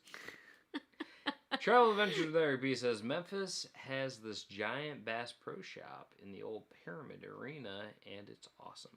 Oh, I've seen that in, I think it was Walter's World. It was definitely in something that I've watched. And it's basically one of those things where people say oh, you have to go to this Bass Pro Shop, and it's why would I go to a Bass Pro Shop? And it's no, this is a destination. You go to this. Well, place. and all Bass Pro Shops have nice restaurants actually in them. You can actually all go of to them, or not just... all of them, but no, okay. but the big ones have decent restaurants, and you can go get real food. This and, one apparently is the largest or something. I mean, it just is. It's massive. Yeah, pretty cool though. So I mean, I would totally, I'd do that. Sure, why not? Let's add it to the list. Well, we're gonna get to Memphis no matter what. We have to leave tomorrow on our road trip. Sounds like it. And I have a very long packing list, as I showed you guys, so we're gonna be up all night. But we've got a lot of other things that we want to do other than just our packing list. Actually, next week we will be going and doing our full service oil change on the car. Make sure everything is aligned properly. Yeah. Double checking all of those spare tires and tire jacks and everything that you guys mentioned last week, so thank you. Yeah, we'll make sure we have all of our maps, downloaded in advance. We're going to make sure we, our first aid kit is all up to date. Nothing's expired in there. That'll be good. As well as checking out, just generally our stuff. Packing list. Nick D says, is it a store for professional bass players? Bass and bass, I think, is a little bit easier to make a joke about in writing than verbally. So, Purdue says, Bob and Tom Bass Talk. Mark Rohrman is a neighbor of mine. Oh, that's fun. Nice. I like Bob and Tom. Bob and Tom in the morning with Chick McGee. And... Derek used to quote Bob and Tom all the time to me when we first started dating in college. Yeah, toast! And I had never heard, I don't think Bob and Tom had been syndicated into Chicago at that point, so I was like, I have no idea what you're talking about.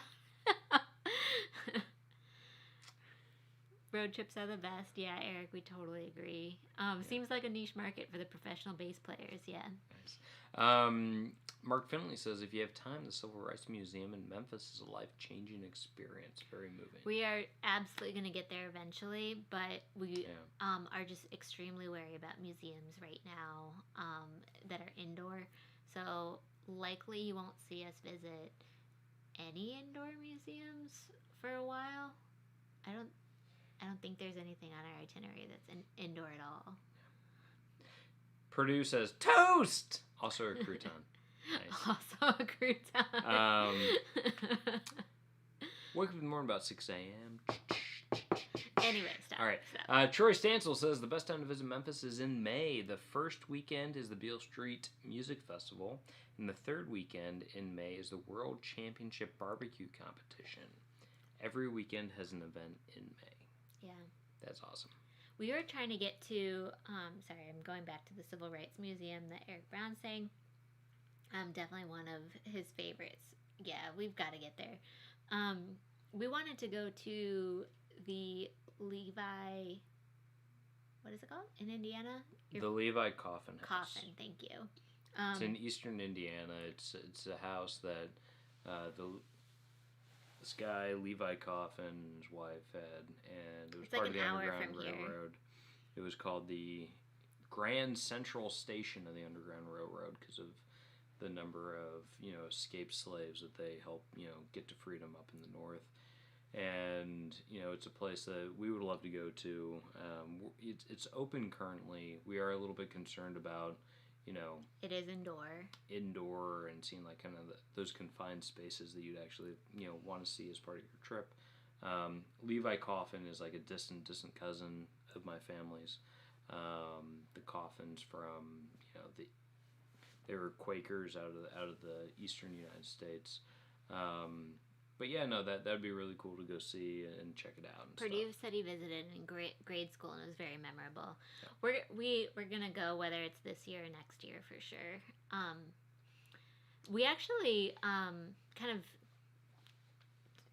as I've been editing our vlog that we're posting hopefully tomorrow, but definitely by Saturday, for our trip to Portchester Castle, there was a moment kind of midway through the vlog where we had just exited the castle, and I was so upset because we didn't take any footage inside the museum part that we went into, where there was like this entire floor devoted to the history of the Black Caribbean prisoners that were imprisoned in the castle. And the museum, the English Heritage, did such a good job at bringing forth Black history into that particular Portchester Castle destination, and I was just really pleased to be able to see that. And I'm so upset I don't have the footage, but I talk about it. So Portchester Castle, for those who don't know, is a castle on the southern coast of England, near Portsmouth, where we spent a month when we were in the UK. And it's a super easy day trip from there, and it has a lot of history because of its area as like a staging ground for invasions into France during the 100 Years' War and all that stuff. But during the Napoleonic War, it acted actually as a prison for a lot of prisoners during that conflict. And a part of that was conflict prisoners, POWs, from like the Caribbean and other places that were including African American. France as well, and but France. also... But primarily like the Caribbean and other theaters of war where there was a much more heavily, black population within the soldiery. And so there's a lot of stuff around that and the history of that, which was really interesting, something that we weren't expecting when we got there. So we really appreciated that. Yeah. Megan, that's funny. Very bravo if you got in on that. Thomas Reiser says there's a brand new African music museum in Nashville. Oh, that's so cool. Man, we gotta just do like time in Tennessee generally. Well, as Troy Stansel says, wait, is that Troy? No, somebody said it. Said what? Sorry, I'm trying to remember. Okay, so wait, we actually have some. So Troy Stansel said, "Staying where MLK was murdered is pretty humbling." I bet. Yeah, that would be quite humbling. Wow. So Mark Finley's saying they do a very good job of keeping the numbers down and people spaced out. We were there in July and felt like we were the only ones there. Okay. That's very cool. And I'm assuming we're talking about the Civil Rights Museum. So that's good I assume to know. so, yeah. So Purdue says, okay, so it's all set. You guys are spending a full week in Memphis. Next agenda item. Yeah. We're leaving tomorrow. We're going to Memphis. Just going to hang out. We're Bass gonna Pro Shop first. We're going to walk in Memphis. We're going to check out the Bass Pro Shop. Maybe a little bit of barbecue while we're at it. No, it's going to be delicious. I would say if we went to Memphis, it'd be like Beale Street, then Civil Rights Museum, and then Graceland, and then Bass Pro Shop, like much further down the list. Real quick though, while we have you all here still, yep. If you haven't already given it a thumbs up, please remember to smash the like button so that people know that this is a cool place to hang out. Yeah, and so people come and hang out with us. Yeah. We got 20 people still on. I think we had like 26 people who gave it a thumbs up, so would love to have a little bit more. Thanks to everybody who did give it a thumbs up, everybody who's subscribed. It's really, really great to come back week after week and talk to you guys. We look forward to it so much. We look forward to you guys' tips and kind of collaborating as a community here about travel and learning from each other. And so we're super, super grateful to have these forums and have you guys to talk to and to share with.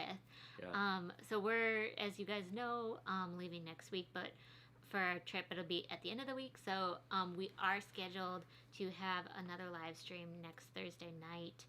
From here. And we're likely going to be doing it at like 8 or 8:30 Eastern. So stay tuned on when that is, and I will post it on YouTube and all the social medias, so that way you're in the loop. The Sports Report with EB says like number 3. Thanks, bud. Thank you, Eric. Thanks so much. So we're thinking about doing just Thursday nights in February. Just our schedule kind of warrants that. We just because we have so much driving to do that Thursday nights makes a lot of sense for us. But keep us posted as we continue if Thursday nights work or if other times work. We did Saturdays, we did Sundays. We've been experimenting with different times. So, oh my gosh, Purdue, thank you for the super chat. Thank you. Thank you so much. That's going straight to our trip. It's going to be Derek's coffee fund for the road. Thank you so much. I'm going to need a lot of coffee, guys, because I drink so much coffee when I'm driving. It's our first wave in a while. Yeah. I'm feeling good about it. Derek, you're like taking my wine. Because I'm out of beer, guys. I have 3 pints. We're almost at hour 3. Thursday nights are great, says Megan Morris. I'm actually Eric number 4. Nick D, Thanks, you're Nick. so silly. I like that. All 3 of me. Anyway, so thank you guys so much. So next Thursday, hope to see you guys then. Hope to see you the following Thursday, and the following Thursday, and the following Thursday. So enjoy and be safe. Yes, hopefully you guys all have a phenomenal rest of your weeks. If there's snow by you, stay warm, stay dry. If you're having other weather, same. Yeah, and obviously, if you guys have things that you think that we should totally check out and not miss on our trip, shoot it to us in a DM. Shoot it to us out. Thomas Reiser. Thomas, thank you. Okay, we got this. One more time. Derek, you're going to have so much coffee to drink. Thank you, Thomas, so much for Thomas. the super really chat. Appreciate that. We appreciate it. Yeah, we we're really looking forward to this trip and sharing it with you all. I think that, now that we've been through a lot of the editing on different vlogs that we've done while we were in the UK. There's so many learnings that we've taken away. There's a lot of learnings that we've taken away. We actually bought a little bit of gear. Oh my gosh, I even had something arrive right before the live stream happened. I got a gimbal. So we got a new gimbal. So that way you guys don't have to watch our Oh my God, video. Megan Morris. Okay. Megan, thank you. Thank you for the super chat so much. Derek, you're going to have so much coffee to drink. We have all 3 days covered for you on our coffee race. You guys are so kind. Thank you all so much. We just got a gimbal in the mail today that we bought, which can fit our bigger cameras on it, so we can hopefully take some good... You're taking the wine away from me. I know, because I want to drink some while you talk. But no, so we can actually take a little bit better, smooth video and stuff. So again, apologies for the UK. There's going to be a lot of not as smooth videos, so we apologize for that. But again, it's something that we're learning now that we're going through and doing all the editing process, using more of the mics and everything like that, so we can be a little bit better for you all, and maybe a little bit less editing on our end with the volume and stuff. We'll see. So. I mean, there's still editing work, but we're so I'm super excited to have been able to watch everything back from our UK trip and see how to make it even better and better and better. So you guys are gonna see those improvements over time. I would say in these early ones we hadn't really put out much yet, so you're still seeing kind of the early footage, but hopefully it's going to just keep getting stronger and stronger, and we appreciate all the feedback. You guys give us constructive feedback, which is super helpful. And almost always positive. We love everybody on here gives us such positive, helpful, encouraging feedback, and we appreciate you. Yes. We like Eric says he still feedback. can't figure out his gimbal. Well, I also got, I'll show you guys real quick because you're still on. We also got a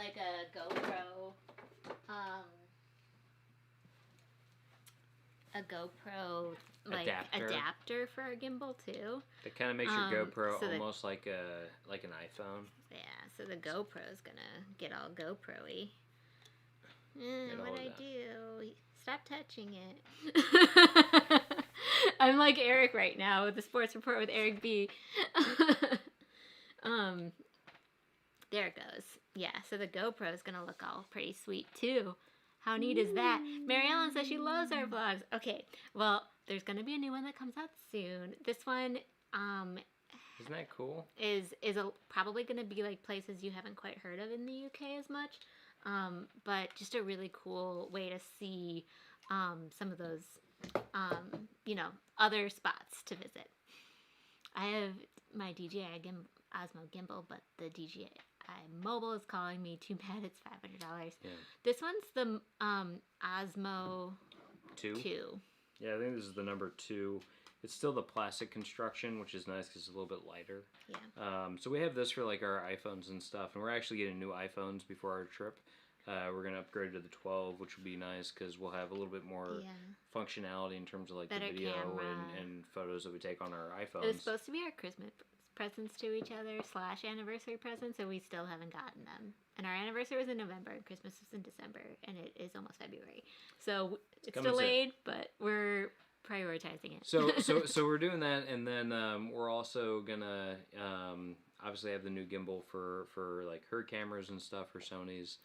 And we're just really looking forward to getting some new stuff out there. Yeah. And I think what we're gonna do is we're probably gonna switch it up a little bit between some sort of, mix between putting out vlogs on the road in the U.S. now and vlogs from the U.K. So there's a little bit of like different flavor between some of those older ones and people the current ones. Visit the channel who haven't been following along as closely think that we're still in the UK, and it gets confusing for them. So I feel kind of badly about that a little bit. Yeah. So but we have so much UK content, in the hopper. So hopefully you guys are excited about that, because we are certainly. Eric B, man, I got so much new equipment lately with no clue how to use most of it. New camera, gimbal, drone, and a GoPro. That's so cool. That's really cool. So we still have the GoPro Hero 7 because we got it a few years ago before we went to China, because I wanted this for like the Great Wall and everything, which was awesome. But I hear the Hero 9 is pretty nice, and I know that Nick D, I think, was Nick D or Barnett? What are you talking about? Somebody Barnett. Nick Barnett's just got a GoPro. I think the Hero 9. So yeah, that's we were pretty jealous. Exciting. We're very jealous because I love that it has the the screen for like selfie mode. I think you got it on like Black Friday, so we got a great deal. And then Mary Ellen says her travel list is growing. I think after watching the vlogs, and Thomas Reiser said he loved the Dover video. Hopefully you specifically loved watching Derek try to eat a langostino. I got so much crap for that. To be honest, I wouldn't have done any better. Eliz gave me so much crap for that. Okay, so one of the pieces of feedback that I gave Derek from editing that video is it took him like 5 verbs. Use better adjectives. And this happened in the other Kent vlog too, where I was like, "How does the sticky toffee pudding taste?" And he's like, "Sticky." And I'm like, "No." Tastes like sticky and toffee and pudding. I don't know. And so then and then in the Dover one, I'm like, "What does the langoustine taste like?" And he's like a langoustine. And I'm like, "No, you're not telling anybody anything useful." And so we've been joking in this house because his parents have watched all the things too. And we're like, let's give this guy a show. Like, put that guy on the Food Network. He's got all the adjectives. So we're gonna be using our words a little bit more on the food scenes moving forward. We'll be at Hattie B's. Hey, how's the chicken taste? Hot chicken, waffly. There's some crannies. There's some. How's notes. the mac and cheese? Cheesy. Kind of tastes like macaroni. You're giving Guy Fieri a run for his money, there, babe. Me and Guy Fieri, we have the same audience. We didn't know that. I'm sorry, you guys hopefully are laughing along with me. But you'll notice it if you watch back the Kent videos. This is her version of Shut Up, Mark. It's like, no, it's use your words, Derek. Use your words. Like I was like dying laughing editing this footage. Like I had to listen to it. I'm over there editing photos, and I just hear myself saying something, and then her cracking up like over and over and over and over again. It's like I hear myself say like sticky, and then her just like laughing, and then rewind, sticky, her laughing, rewind. I was like, oh my god. I mean, stop. Sticky is a funny word. It's a funny word. Anyway, we've been on for 3 hours, and clearly we've been having a great time with you guys, because we just can't stop talking. But you guys are the best, the absolute best. Thank you for all the super chats, Megan Morris, Thomas Reiser, and Purdue, and then thank you to just everybody who's participated. Yes, thank you so much. Like all the Nicks, Eric Brown, Mary Ellen Dillon, Lori Sims. I'm sorry if I'm like forgetting Ruth, thank Eric, you so much. Everybody. Thank you very much for being with us. We really appreciate you spending your time with us because we know your time is valuable and precious. So we really appreciate you spending it with us. And especially many of you guys have been on like the whole time, and so that means so much. Hopefully we'll see you next Thursday. Tune into the vlog coming up soon, either tomorrow or Saturday. And I don't know why Derek's doing that. But you guys are the freaking best. Send us all of your Southwest USA recommendations. We need them. And hopefully you guys have a great rest of your week and weekend. Cheers, everybody. Happy travels. Bye. Bye.